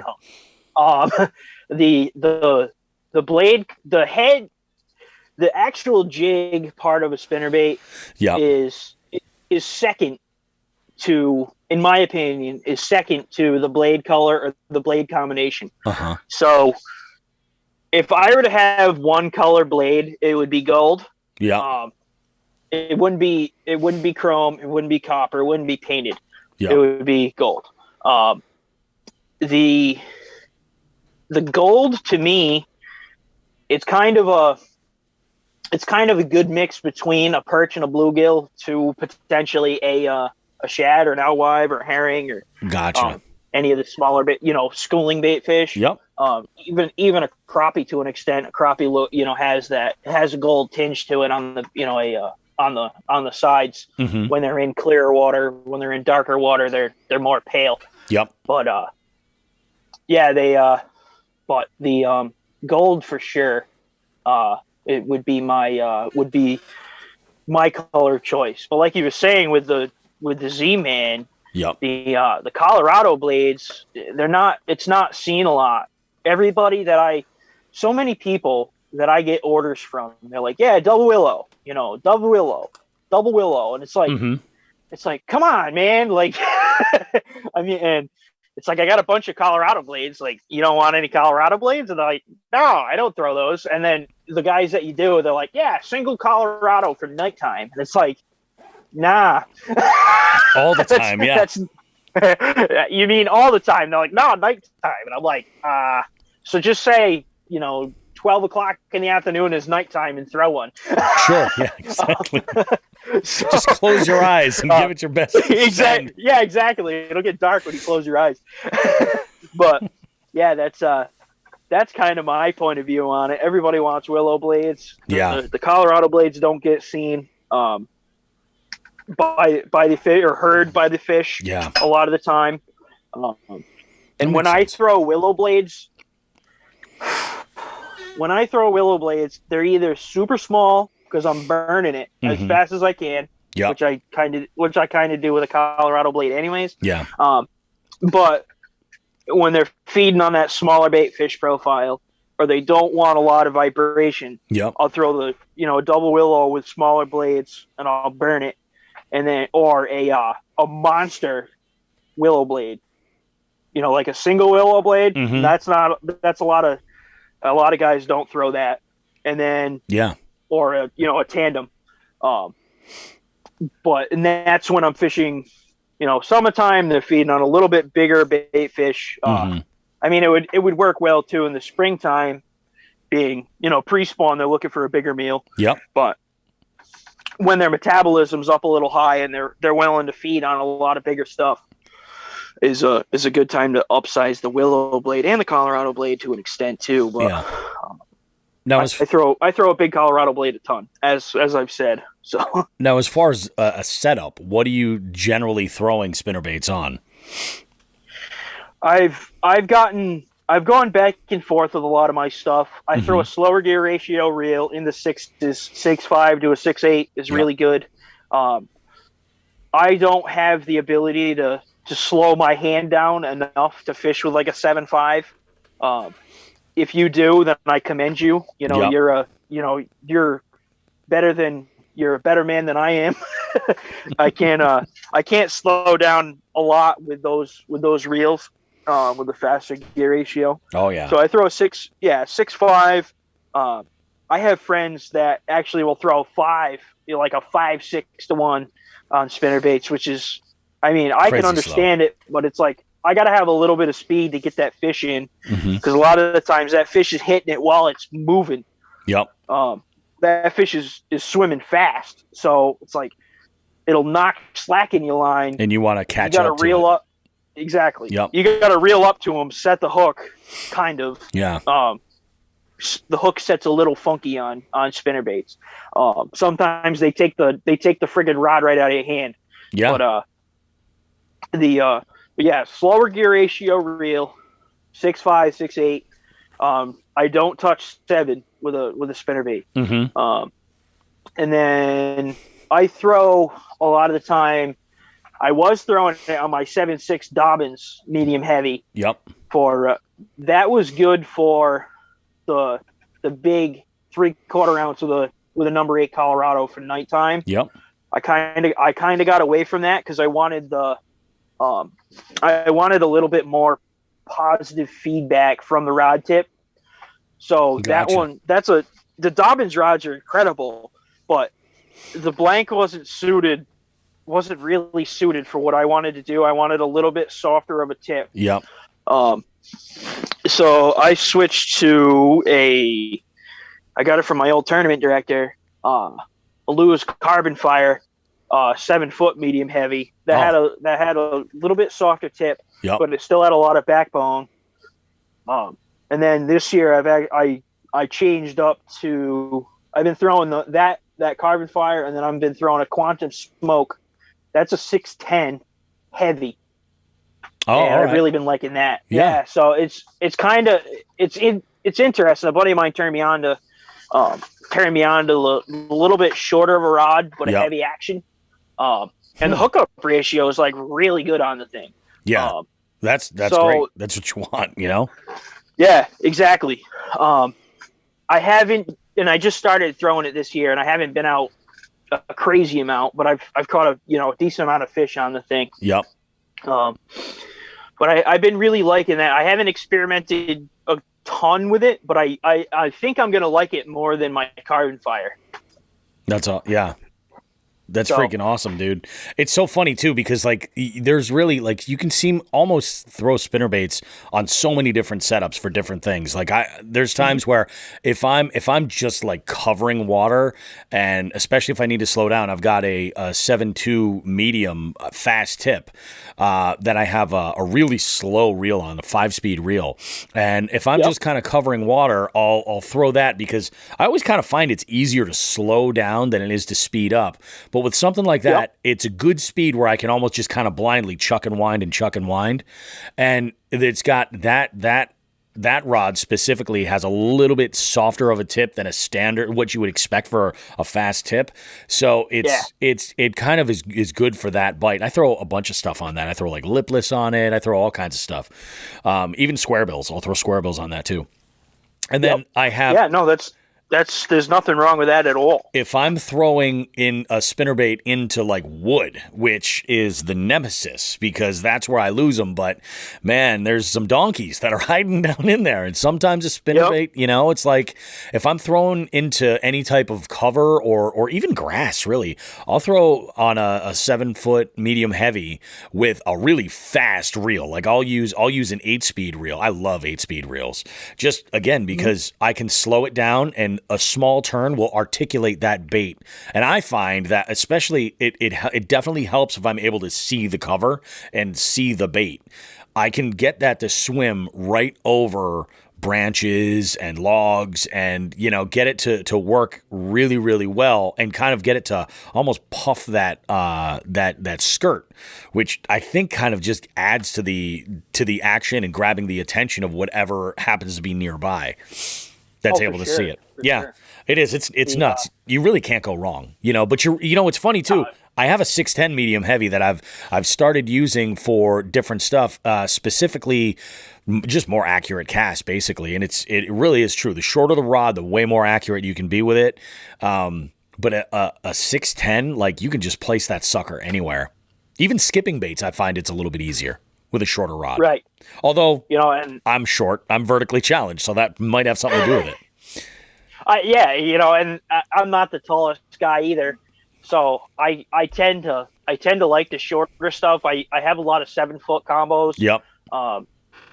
I do have my newest jig rod is the one that I've been trying the most with is a St. Croix Mojo Bass. That's a 7.2 extra heavy. Nice. That I've been throwing jigs on. But I can skip that one pretty well. And then I have a Ducket 7.6 that I replaced my Dobbins with that I broke last year. You want to see a man almost cry? Yeah. I almost cried when I broke that Dobbins. I believe it. I got a Ducket Silverado that's a 7.6. Mm-hmm. And I've thrown that one around too, but that's a frogging rod, and then I throw some bigger topwater stuff on that. Yep. And then but yeah, and then I tend to punch with that too. I just started punching a little bit last fall. So I love that style of fishing. I haven't punched a ton. Yep. So and that catches a lot of fish. So I haven't. Yeah, I haven't experimented a ton with the punching game. I flip a lot, but not the 3/4 ounce weights going through pads, big old cheese mats and stuff. And we don't have a lot of that in our region. Like, we really don't. Like, that's a style of fishing that you got to go to a body of water where you're just like, oh yeah, most people don't fish here because there's these giant mats and they're not punching giant creature baits through that and getting a reaction bite. But man, it is nice when you come across weeds like that. It really is. Yeah, right. Yep. There's a couple of places. There's a lot of shallow water near me. Yep. In southern Rhode Island. And then there's some more vast fisheries, I guess you could say. Yep. So there is a decent amount, but it's nothing like Okeechobee where you can sit there and split the same thing for miles. Yeah, exactly. Stuff like that. But yeah, exactly. There's not a ton of it, but there's a decent amount enough of it that you kind of need to know how to do it. No, it's awesome. I freaking love it, man. Yeah. Total. So, and then I throw spinner baits on 17 to 20 pound fluorocarbon. Yep, me too. I started throwing braid when I was throwing a lot of the bigger stuff, especially at night. I was like, oh yeah, braid doesn't matter at night. You're not going to see it. The fish aren't going to see it. And I started going too fast and ripping the bait out of fish's mouth. Yeah, I had the same issues. Yeah. Yep. It's true. I was like, I'm going to switch to mono. So then I switched to mono. Mm-hmm. And then I wasn't getting the feedback that I wanted to from the bait. Yep. And then I'd feel the fish and I'd set the hook and I could feel the line almost stretch. Yeah. And I'm like, and then it would just go pew, catapult away from me. Yeah. So I was like, well, we got a happy medium of fluorocarbon, and I just began to like it. So that's what I throw it on. Yeah, I mean, I throw fluorocarbon on most of my setups. I have, only one bait casting setup that I throw braid with, and that's for frogging and punching. And then I have one other on my spinning. I do like braid to fluoro on my spinning combos. I do like that, but that's just because I personally like the way it behaves on that spool. Like, it works well for me. It's definitely not for everybody. So much of fishing is personal preference. you know? Mm-hmm. But what I always like to say is, like, it's good to kind of know what you're dealing with. Before you make that estimation, oh yeah, this is the only rod that I'm going to use, or I'm going to buy only this, one thing. It's nice to kind of like fool around with a few things, like you were talking about the different reels and having different gear ratios. I've actually started carrying in a money bag, like when I'm in the kayak, because I want to keep the number of combos down to as much of a minimum as possible.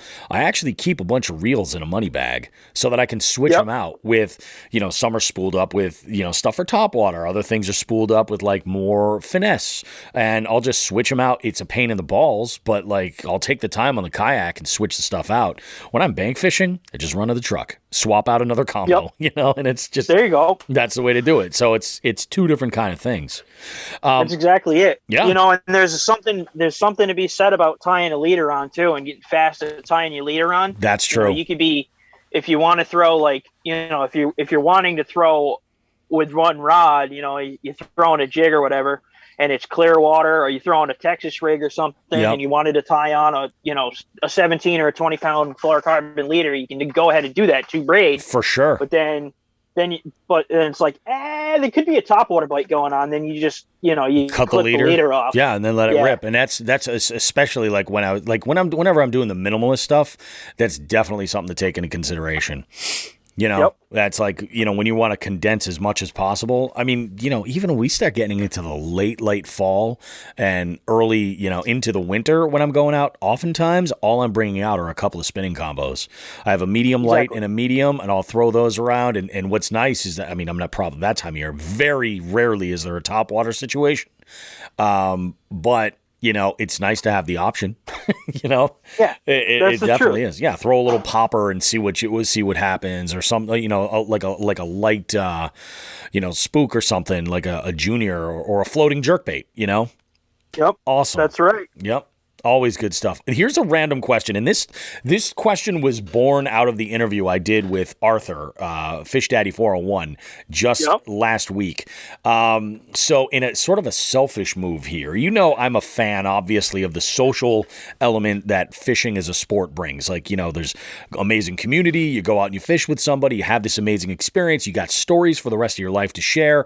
All that stuff is well and good, but really, at the end of the day, I think the best sort of play is going out and getting a really amazing breakfast at a local mom and pop eatery after an amazing morning of fishing, filling your guts full of all kinds of good stuff. And, I'm kind of selfishly looking for actual recommendations of places in different areas of the country that just deliver amazing breakfasts.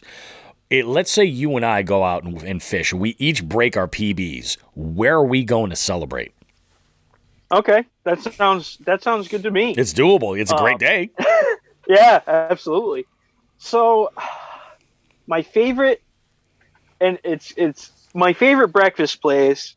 Well, it's not my favorite breakfast place anymore because I haven't found another one, because a good buddy of mine was the head chef there. Now he's not. Oh, so, okay. I'm looking for recommendations. I'm sure the food's still fine, but it's like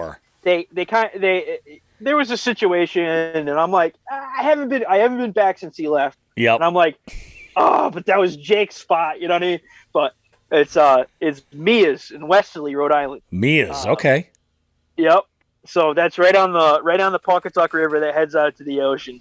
But that's a great spot. They have great food there. It's small town. It's like in a downtown area, so there's a lot of small shops. Yep. It's right on the water. It's very cool spot. But yeah, that was me, and that was when my buddy Jake was working there. That's freaking awesome, dude. But yeah, that's freaking awesome, man. I love it. Yeah, it's tough when you got. I'm going there, and I'm getting a big old plate of French toast. Yeah, nice. That's the plan. There you go. go. French toast and probably home fries. Oh, that's the thing. I think that the home fries, anywhere you go, like whatever their potato is, their signature potato side, like that's how you judge the quality of where you're at, Yeah, I'm a home fry kind. I like hash brown too, Yeah. But I like the home But I'm scarfing the potatoes down first because I'm not eating my potatoes cold. Yeah, no. Like, that makes sense. That makes sense. That's it's like that French toast is looking mighty fine, but Yep. potatoes. Exactly. I'm telling you, that's what I'm all about. I love it, man. A handful of cups of probably been on the burner too long coffee and a really good breakfast. That's to me, that's the ideal way to end the day. That's what I think. Freaking awesome, man. Yeah, absolutely. Yeah, this is great. So let's talk as far as what like the future holds for Klondike. Like, where is it? How have things been going? Where are you looking to push things? What are you thinking as far as goals upcoming for you? The goals for me, I want to get bigger. I said in your interview before that I wanted a pro to have some of my baits and throw them. Which would be so cool, especially if they even if they didn't win anything on them, to like see them firing out like, a popper that I made or something I turned on a lathe or, a spinner bait or anything like that. Like, whoa, look at that. Oh my God. I love watching Bill Lowen. And Bill Lowen's awesome. He's similar to, he grew up on the Ohio River. The shallow water, pressured fishery, stuff like I fish.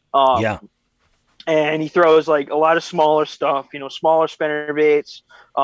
He's a swim jig man. Chuck and wind. He always gets a limit. But it's like if I could see, Bill Lowen throwing one of my spinner baits or a small popper, I'd be like head over heels, like, oh my God, that was, that's amazing. Yeah. But any pro to an extent, that just know that they have something in my boat that they're willing to use is just is incredible. That's pretty awesome. As a bait maker too, like there's a certain it's got to make you feel like there's a certain level of trust that tournament angler has using your gear. Exactly. Yeah. And it's their livelihood on the line. True. That's how they make their money. Yep. And whether it be the tournament scene, whether it be the social media that comes behind it, sponsorships, whatever, that guy or gal is sitting there throwing the bait that I made to potentially cash a check to feed their family. That's incredible. Yeah, absolutely incredible. But that's one thing that I would love to see happen. The sad thing is the way of the world these days with the inflation. Some of the costs for a lot of my wire baits, and then even down to hooks, it's like I think my spinnerbait and buzzbait production may go down. Just because of the sheer cost, unless I can drum up the kind of business that I need to keep producing the thing. It's like the wholesale stuff that I do with small tackle shops might not be able to work out because it's not going to be at a price point I'm going to be able to make a couple of dollars and then be able to make a couple of dollars. Exactly. So. Well, I mean, we're seeing that across the market, like everywhere. I mean, you see folks where like a good example that I like to use is like the menus of places where I'm working, on weeknights. I'm there and I'm seeing like, you might have bought a burger and fries for, $9 or $10 before, but now you're paying 12 to 13, 14 in some situations, even more if you have something super bougie. I mean, it's like inflation sucks.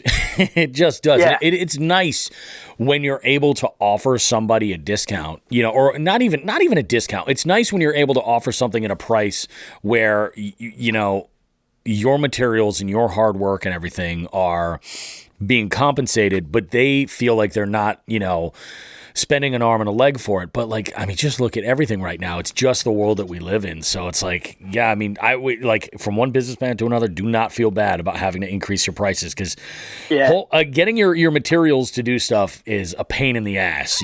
Have you felt the pinch as far as not so much the cost of materials, but the availability of materials? Have you run into that at all? A little bit regarding hooks and stuff. Yeah. It was mainly during the shutdowns and everything when everybody and their brother was fishing. and then a little bit with some of the hooks that I've used, and then some people were like, and then I've had guys like, hey, I'll pay extra if you put, owner STI whatever is on, or Gamakatsu's, and it's like, okay, I'll look for them and see if I can get them, but if I can't get them, I can't get them. Yeah. And I've had some guys that are like, hey, I don't, if you don't put treble hooks on that thing, I don't care, because I'm going to switch them out unless you already put owners on them or whatever. Yeah, that's the other thing too. Is, I mean, you could, in that kind of situation, you could always, make the hooks an upgrade. Exactly. Like, these are the prices. There's no hooks on this. You put on what you want. This way you get exactly what you want. Because that's what happens with a lot of folks. Like, even if you go out to, whatever tackle shop you're at and you buy a bunch of hard baits, lots of times these guys, they're also buying whatever brand of trebles they want to have on there for that bait. And they're going home switching them out. Those other trebles end up going into the spare parts bin. And it's That's like the truth. At that point, you're almost better off just like selling the baits without. I've even noticed that with some of the swim baits that are out there, like, they're not coming with hooks. Yeah, exactly. Like, I was gonna say, Piz, I saw him in Boxborough. His baits don't come with hooks. He tells you what, I don't remember exactly. It's probably some kind of owner treble, what he tests them on and everything, what he recommends to throw on it. But he's like, no, I don't put hooks on these. Yeah. I mean, it's like it's such personal preference. Again, like, going back to that, like, what you're comfortable with. Some folks just like specific hooks. I've seen, especially with trebles, where some people, depending on the bait, they might use more of a round bend treble, and then you've got other ones that'll use the wide gap for different types of baits entirely. Like, they just get that picky about it. Versus, this is the hook that I like that I'm most comfortable with. Yep, that's the truth. It's nuts. There's some guys that throw, I can't remember the name of them, but one of the hooks is shorter and bent in a little bit more, so it doesn't scratch the bait up. Yeah. Which is actually kind of good, especially if it's a wood bait. Then it scratches the clear coat off, then the wood soaks water up. So, it's that's actually, it's not a cosmetic thing. It's actually got a practical use, which I can get on board with. Get more life out of it. So there's that, and then I've had like in the saltwater realm, I found. So I'll go a little bit in depth here with customers and stuff like that. But between the saltwater and the freshwater guys, freshwater guys, it's almost, I can't say that it's first and second. Yep. But a lot of the times when somebody wants to buy something freshwater, it's got to look pretty. Gotcha. It has to be pretty. The paint job has to be good. It's got to be appealing to the eye. Yeah. A saltwater guy is hardcore, like a plug and a dot. White or exactly. It's white or it's black. I don't care if it's got eyes on it. I care if it swims well. Yeah. If it casts well. A surf caster especially. Surf caster's like, this thing's got to cast 3 country miles. Yeah. I don't care what it looks like. And to an extent, saltwater guys are pretty preferring, like, okay, I'm going out at night for stripers. It's got to be black, or it's got to be black and purple. Yep. Springtime, they're throwing white. They're throwing a lot of white. Oh, yeah. And then you can get into the yellows, and then you can get into the Wonder Bread color scheme. Yep. But that's their specific color range. But going back to the whole treble hook thing, saltwater guys are insane with hooks. I believe it. They like it's VMC, Gladiator, or the O'Shaughnessy Ben Permasteel 6 or 4X or 6X. Yep. That's what they like. Yep. That's kind of it. I haven't met anybody that's like, oh, this got mustad hooks on it. Like, I haven't said that. Yeah. Heard that. It's like you got to have VMCs. Some guys, they throw single hooks on the belly and the tail. Yep.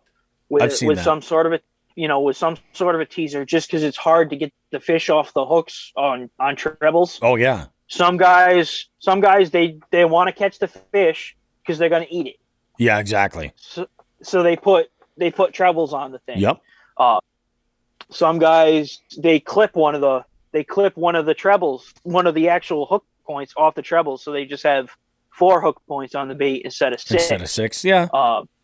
some guys do that. Some guy, and it's like it was like at the Mohegan Sun show. Yep. I had a couple come up, and the guy was like mad, the guy and his wife they were mad at me because I had trebles on these. They're like, why do you still have trebles on these? You don't care about the fish?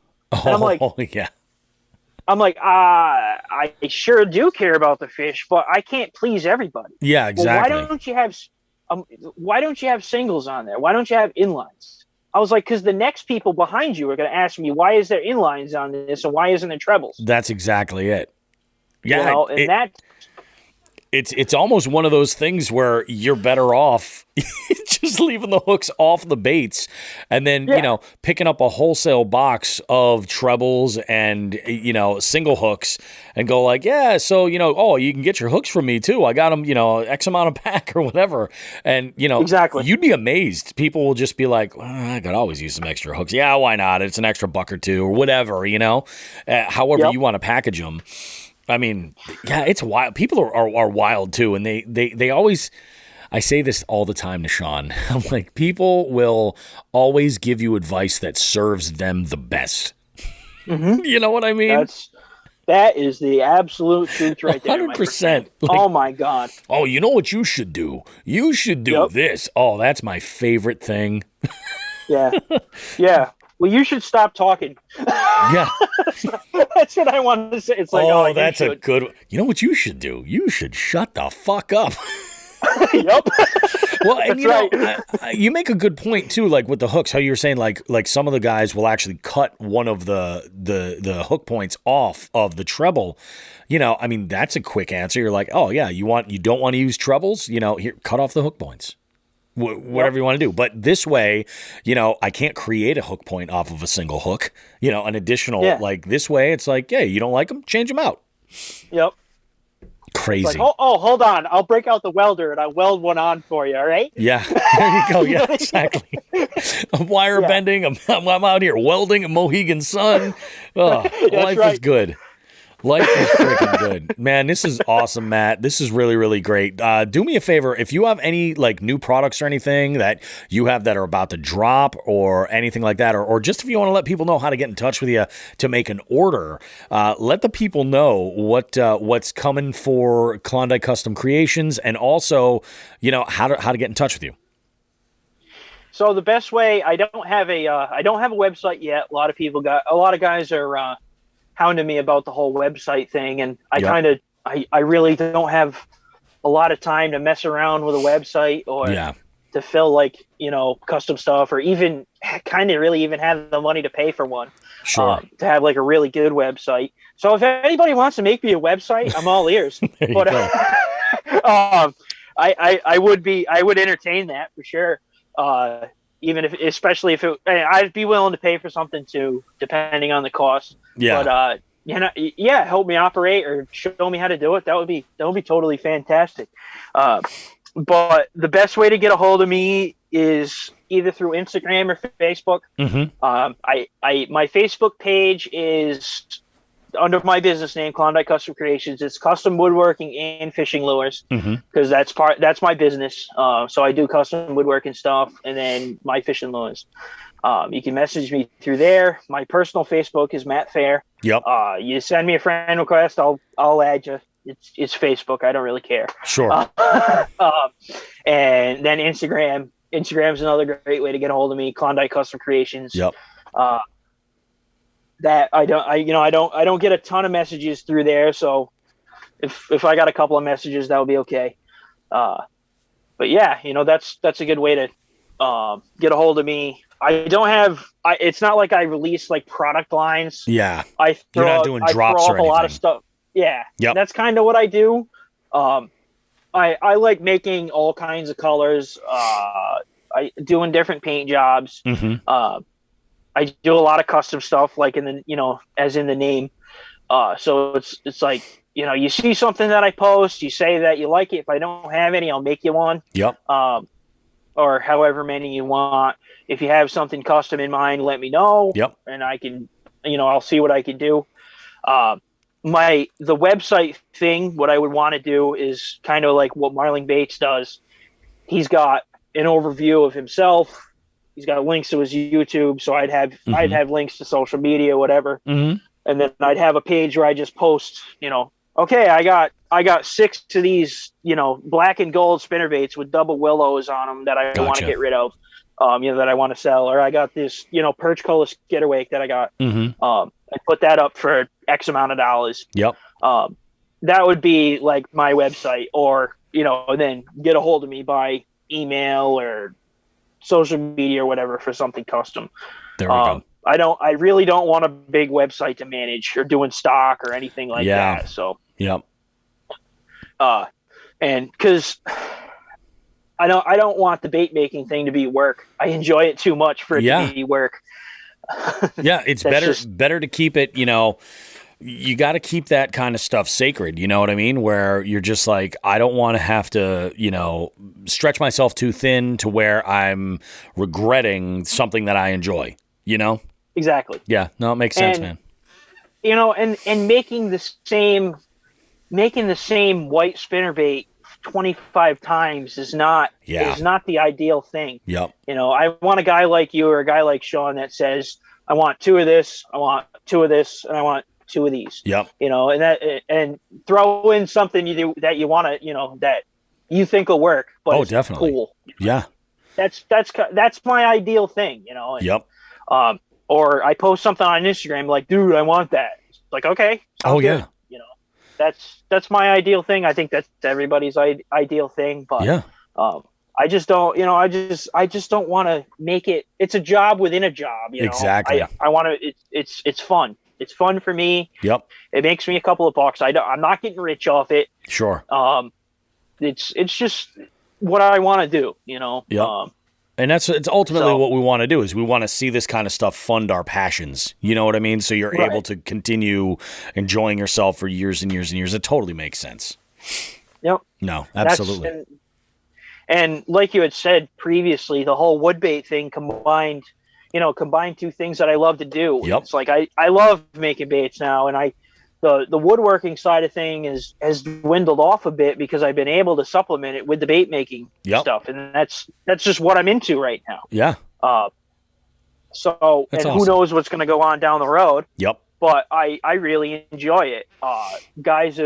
I have buddies of mine. They're like, "Oh yeah, dude, you should carve a swim bait and start doing resin baits." And I'm like, I like wood too much. Yeah. Oh, absolutely.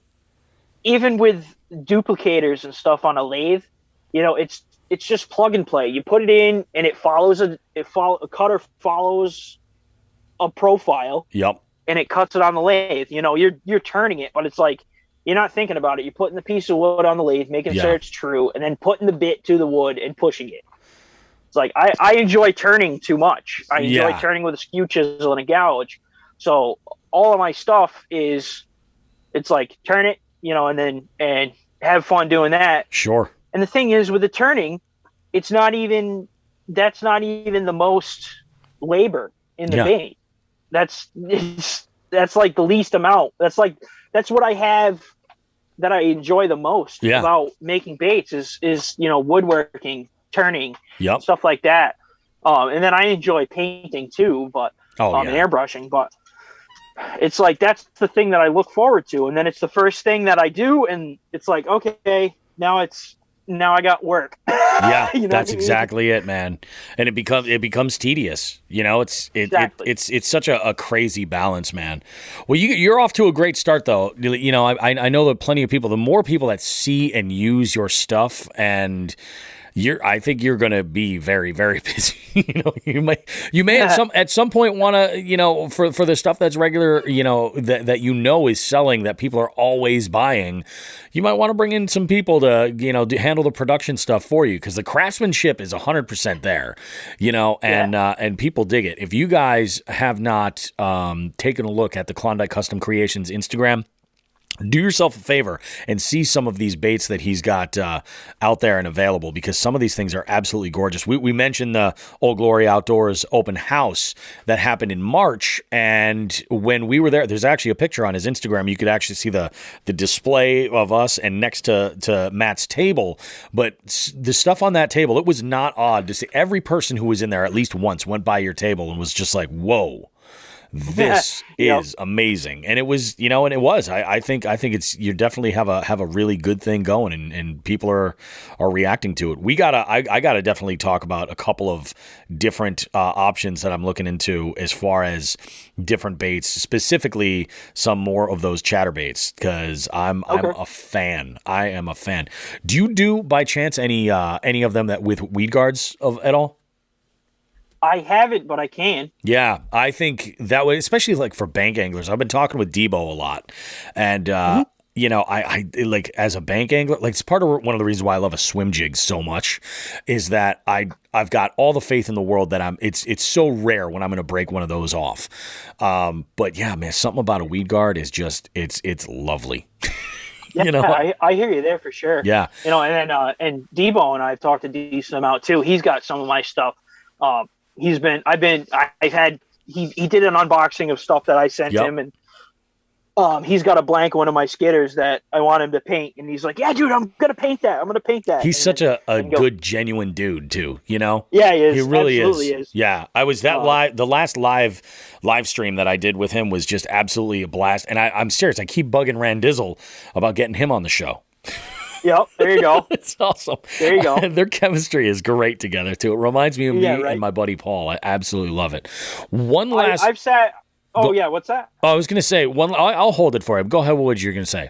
Oh, all right. No, I was like, I think I was on one live with him, with the daddy of fish himself, Arthur Slater. Yep. And daddy of fish. I can't. That's what I call him. But I can't. And then. I think it was was it just us three? And then no, and it had to be Nick Rundle too. The Bait Cave on YouTube. If anybody hasn't seen his YouTube channel, it's just the right amount of cringe. It's fantastic. Oh yeah, it is. That's actually the best description ever. We're on there. We're on live for 2.5 hours, and awesome. to like midnight, 12:30. It was just hilarious. It was awesome. We were all just sitting there making baits or whatever, sitting there chatting, bullshitting. But yeah, that was very cool. That was like the first time I had talked to Debo, not face to face, but voices, not messenger. Yep, absolutely. So that was cool. Friggin' awesome, man. So yeah. I'm officially making this a thing. I have yet to ask Becca this question. I haven't asked Todd, and I'm actually going to have Todd and Fred Powers on soon. We're going to talk carp. But you guys are all Rhode Islanders. Yeah. And I asked Arthur this question before. Gun to your head. Okay? Yeah. Duncan or Mary Lou's? Bess Eaton. Okay, fair. Do you guys still have Bess Eaton down there? Or are they, yeah. Oh, really? I see. I thought they were gone. All the ones that were in Western Mass are gone. They've all been bought up by Duncan. Yeah. So we had them. We had them when I was a kid. Yeah. And then Tim Hortons took over. Oh, that was kind of a flop. And then there was three in that got bought, the Bess Eaton came back. 3 of them. The one in Warwick closed. Yeah. And then now there's 2. There's one in Westerly that I go by every day to go teach. And then there's one right down the road in Pawcatuck in Connecticut. No kidding. I would have never there's known another that. one there's another one in Wakefield, South Kingstown, closer to the ocean. There's another one there too. So random little tidbit here, but while in my nearly 20-year career in television, I ran operations for multiple television stations. 2 of those stations were WPRI and WNAC.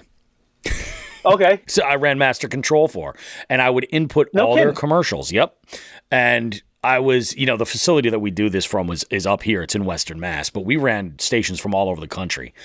And we had, I remember inputting some commercials for Tim Hortons. And I'm like, what the fuck is this? I'm like, what is this Tim Hortons stuff? So I did a little bit of research, and I found out that it was a Canadian franchise. And, I've had Tim Hortons in Canada when I've been there. Not impressed.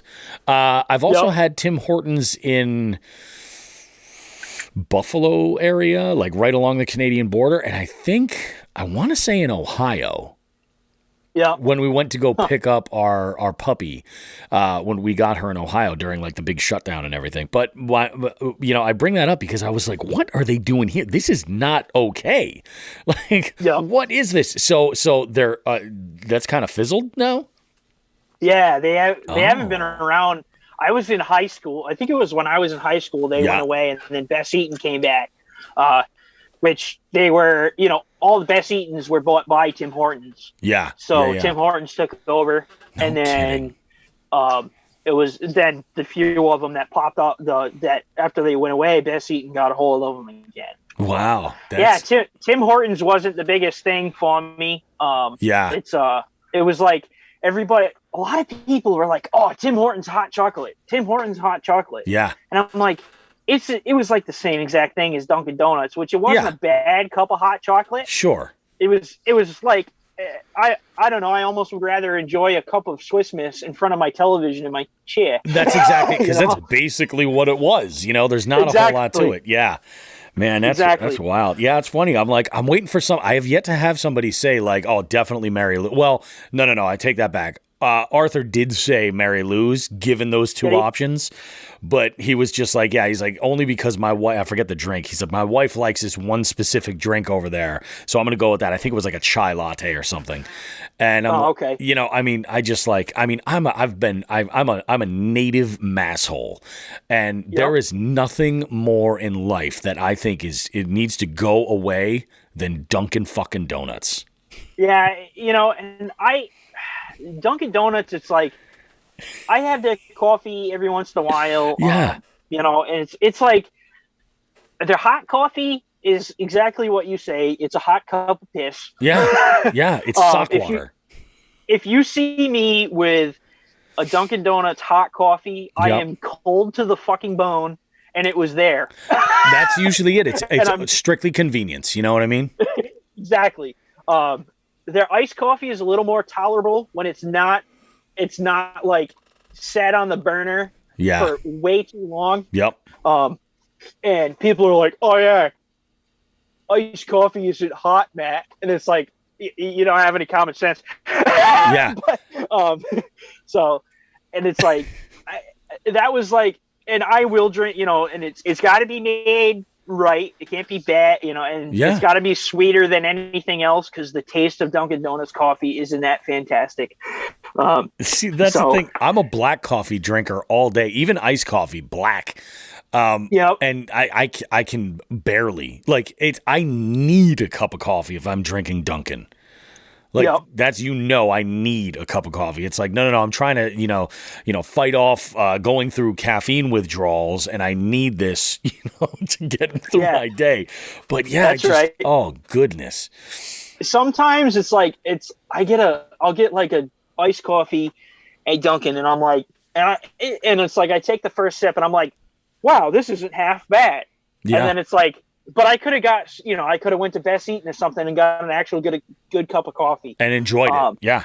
Yeah, exactly. Yep. But it's like I'm not a big star. I like it at Starbucks coffee. Yeah. I'm not one to go into a Starbucks because I'm like I don't have a handlebar mustache. So the Starbucks coffee I enjoy, but it's like I'm gonna be lost if I don't know what to say. It would be like some guy that doesn't know about fishing going into a tackle shop and going, yeah, I want a fish. Exactly. Exactly. Yeah. What do I buy? No, we see this coming from a mile away. Come on. This is what you need. Let me show you these G. Loomis rods over here. Exactly. So that would be me going into Starbucks going like, coffee. It's so funny. Like I used to love Dunkin' Donuts. What's funny is this throws back to like when Sean and I worked at Bernie's, that appliance store, like in the mid 90s. Mm-hmm. I would go. There was a Dunkin' Donuts that was right next to us, and the Dunkin' Donuts of 30 years ago was amazing. It was epic. It has gone so downhill from there. But this was at a time where my drink at Dunkin' at that time, this is when I was like a senior in high school, was pretty standard actually. It's what a lot of people would get. Iced coffee, extra is what I would drink back then. And what they would do is they would take your sugar, put it in the cup, take a splash of hot coffee, melt that sugar down, add the ice, add the rest of the iced coffee to it, and then they'd add all the cream, whatever it was that you were adding to it, and then it was done, and it was great every single time. Now, you will never find somebody that gives a shit enough to make your coffee like that. Now you're going to get a pile of granulated sugar at the bottom of your cup.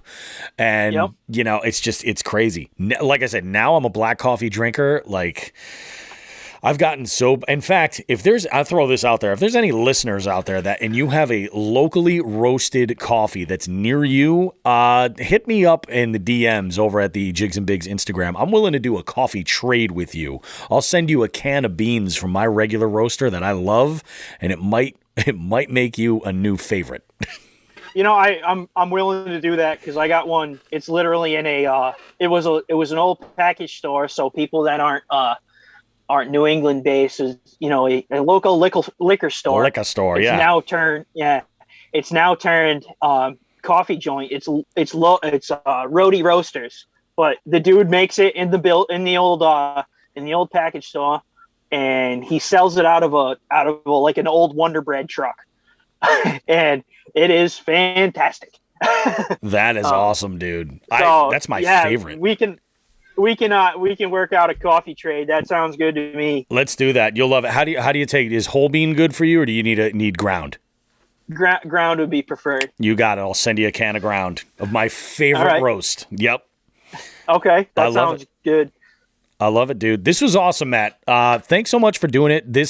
I know that your initial episode that we had done got a ton of listens. People really, really dug it, and I know they're going to dig this one too. And I'm hoping this summer we can tie a few things together. We got every time we think we're just getting ahead and can start planning stuff for the summer, we're just buried with all this other shit. So I'm hoping we can get out to Little Roadie and do Jigs and Bigs live out your way, because I think doing a spinnerbait clinic would be amazing, and then I would love to do that. And even if it's on the show that doesn't happen, I love coming on the show. This is awesome. I could talk with you for hours. This is awesome, man. I love it. You know what I mean? I love doing it. So awesome, yeah, dude. Absolutely. And then I got to you and I got to fish here a couple of times. Definitely. Soon too. I'm up this weekend. I'm up at Chungamumba Bumblefuck there. Oh, Chungamunga Bungalog? Chungamunga Bumblefuck is what I call it. I love it. But so I'm up there, and I have my mass license too, so I can travel a little bit. But nice. Yeah, I'd like to get you down here to experience the 4 foot of weeds that Southern Rhode Island has to offer. It's so funny. Like, you get out into where I generally fish, and I fish a lot of weeds. Lots of the bodies of water that I have tons and tons of grass. So there's, it's something that I'm definitely used to. In fact, this weekend I'm going out with a buddy of mine to a real shallow spot, and I'm hoping that the weeds haven't grown up the way they normally do. I'm hoping I'm about 3 or 4 weeks out before they really kind of choke the whole place up, because I'm bringing my pedal drive, and I hope I'm not making a mistake. But yeah, there hasn't been there hasn't been a ton of growth down here. Yeah, it's been late, these temperatures. Exactly. Yeah, it's been really late.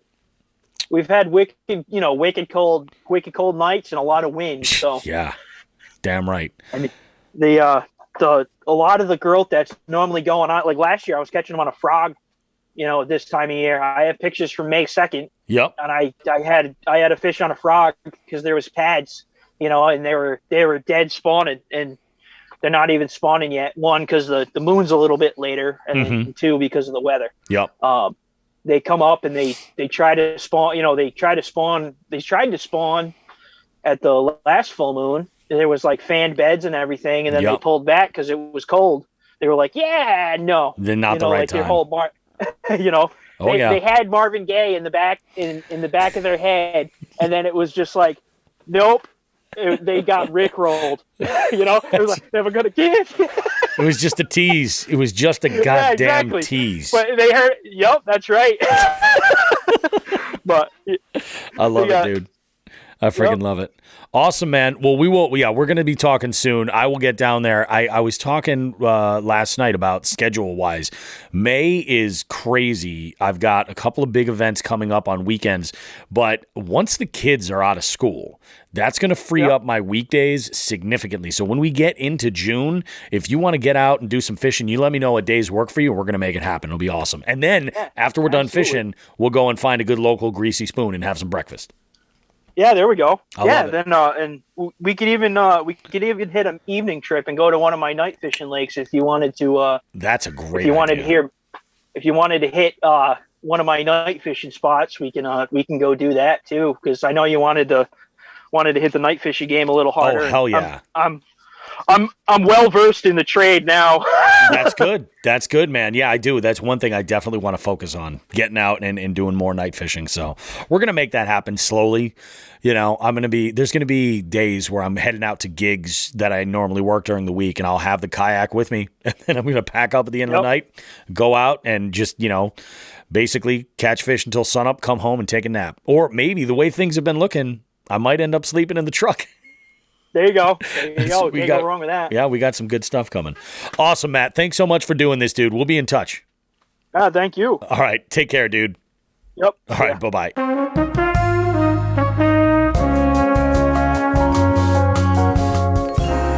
Yep. Well, that's just how we do it here. Jigs and Bigs, we put together podcast greatness for you guys. It is fishing focused and lifestyle adjacent, I would say. Most of the time. Most of the time, yeah, indeed. It's been a really good week. I think we're getting into the thick of the spring fishing here. We're starting to get into it this week. It looks like we're going to see a nice little ramp up in temperatures. I think that in the next 2 weeks, things will start to kick up a little bit more. Like Sean had mentioned before, like right now we're seeing some buds on trees and stuff locally in the Pioneer Valley, which is nice. My lawn is growing like crazy. I got to get out there and cut it at some point this week. I've been seeing some buds, all right, man. Yeah, you have. Oh, by the way, I want to give a little bit of a shout out. Thursday night, I mentioned my Thursday night trivia. My Thursday nights, we move outside in the. They set up a really big, like this huge tent area over by what's known as the Deck in Northampton. Thursday nights, I do trivia at this sort of a complex of establishments. You've got Union Station, which is a banquet facility. They've got the Roosevelt Room in there. They've got Platform Sports Bar, which is where I traditionally started hosting trivia. And then there's the world-famous Tunnel Bar, which is located below, which if you want to visit one of the greatest bars in Massachusetts, or not in Massachusetts, in the country, visit the Tunnel Bar. It's fantastic. But in this, once things started opening back up after COVID, they brought me back for trivia there, but put me outside at the Deck. And what's nice now is that when, if there's a thunderstorm or something, we can easily move trivia back into Platform, but the Deck just does huge numbers, giant crowds. We had 22 different teams that night, which is about half of where it will be when things get to when it gets as crazy as it does over the summer. But a little bit of a shout out that I want to throw out for one of the teams that played that night is Downward Facing Underdog. They're a bunch of college students. They won. It was their first win ever. They were so excited. They had actually, so I'll get to this part first. A bunch of them are college students that are graduating this month right now. They're graduating. And congrats to them, but this is the last trivia night that they're all going to be playing together. So going out on a win like this was really, really cool. They were awesome. Wanted to take some pictures with me. I posted those on the Bobby Roast Beef Instagram page. You can check those out if you'd like. Great group of kids. They're a lot of fun. They had a great time, but they got to go out with a bang, not only from the win, but I had some really good friends of mine at Pioneer Valley Cannabis Company hook me up with a little gift box of some of their items. And it was, they gave it to me. They said, whoever wins first place, if they want it, give them this prize in addition to their regular prize. So we hooked them up. And when I told them what was in the box, they were absolutely floored. They're like, "Oh my God, what a night to win!" And I said, "Yeah, absolutely." So I'm hoping with PVCC that I'll be doing more and more stuff with them. I should mention that that Pioneer Valley Cannabis Company, great company, but they also play collectively as a team up there. And if you're wondering what team it is, Sheboygan. That's the team, Sheboygan, and they're awesome. They're really, really great. Their products are fantastic. And I'm hoping to do some additional events focused specifically on working with them, some one-off events. So we'll have some ticket sales and things going on and such and such. In fact, I should try and connect the dots a little bit and see if they want to get involved with the Chronic Trip stuff. For the tournament. I think that would be a nice way to connect the dots and bring them even into the jigs and bigs sort of area, because there's, we reach a lot of people. We service almost as many people as Three Bells Outfitters does. Did you know that? Almost. It's a high bar. It really is a high bar. It really, truly is. It truly, truly is. Great show overall this week, I must say. I don't know. This was a lot. This is a lot of show. This is a good 3.5 hours of show. Yeah, I heard you and Matt couldn't shut up. That was a doozy. Like, that's the thing. And so Matt and I, we did a little spitballing for like some interviews and stuff, or not interviews, for another Jigs and Bigs live event. Because like getting into Rhode Island, that's like where it's got to go. We're really psyched up on that. In fact, speaking of Rhode Islanders, I've been talking quite a bit with Todd Grubb. And Todd and I'm going to have him on the show very soon, hopefully with Fred Powers. If you don't know who Fred Powers is, Fred is like the carp fishing guy in New England. He makes great content, but he collaborates a lot with, he's collaborated with Becca in the past. He collaborates a lot with Todd. And he's just like, he really does make carp fishing just cool, and how this plays into what I want to do. I want to have them on the show. We want to talk about carp fishing and stuff, because it is a very interesting style of fishing. But on top of that, it's great because it loans itself right into the truck camping thing. And there is some video footage coming from all three of those people that I had listed, where they did a big truck camp sesh and had gone out and caught some carp. And Todd's looking to catch his PB carp. In fact, I got an invite over last weekend to go carp fishing with them down in their area. But I told him, I said, I got this commitment to do these kayak sends. I was like, yeah, man, I know carp fishing in kayaks is a thing. At least Sean the Fisherman invented it on Candlewood. But spur of the moment. That's exactly it. I said, yeah, well, maybe we'll figure it out. But we're going to be connecting with them and doing some stuff, and yeah, it'll be fun. But yeah, so that's coming up. We have amazing shit that's coming up for you guys. Like, I think you're really, really going to enjoy all the stuff that we're lining up. I got to nail down some dates and get some people on the show. Yeah, it sucks to be so busy. It does. It really does. I still have follow-ups for interviews for people we met at some of the the expos and shit. Oh, over the winter. Like, everybody, expo season just wrapped up last month, and people are just getting their shit together, and we understand it, and that's just, they're busy on their ends too. Oh yeah, that's just the way it goes. It is what it is. Adulting, yeah, it's a thing now. Jesus. We suck. Good stuff, guys. Well, we're going to go ahead and wrap things up. You guys have yourselves a great, great week. Get out there and catch some fish. If you're not already signed up for the Chronic Trips online multi-species fishing tournament, that includes saltwater species as well. You can go ahead and do that. Just look on Fishing Chaos. Search Chronic Trips. You'll find it. Join in. We're only in the very early stages of May right now. It hasn't even really gone, full bore as far as what could be happening. So not too late to jump in and get in on it. As always, like we always say here, guys, get out there, crank some fish, and we will see you in 7 days with more podcast greatness. Like we always say, tits and ass, smoke some grass.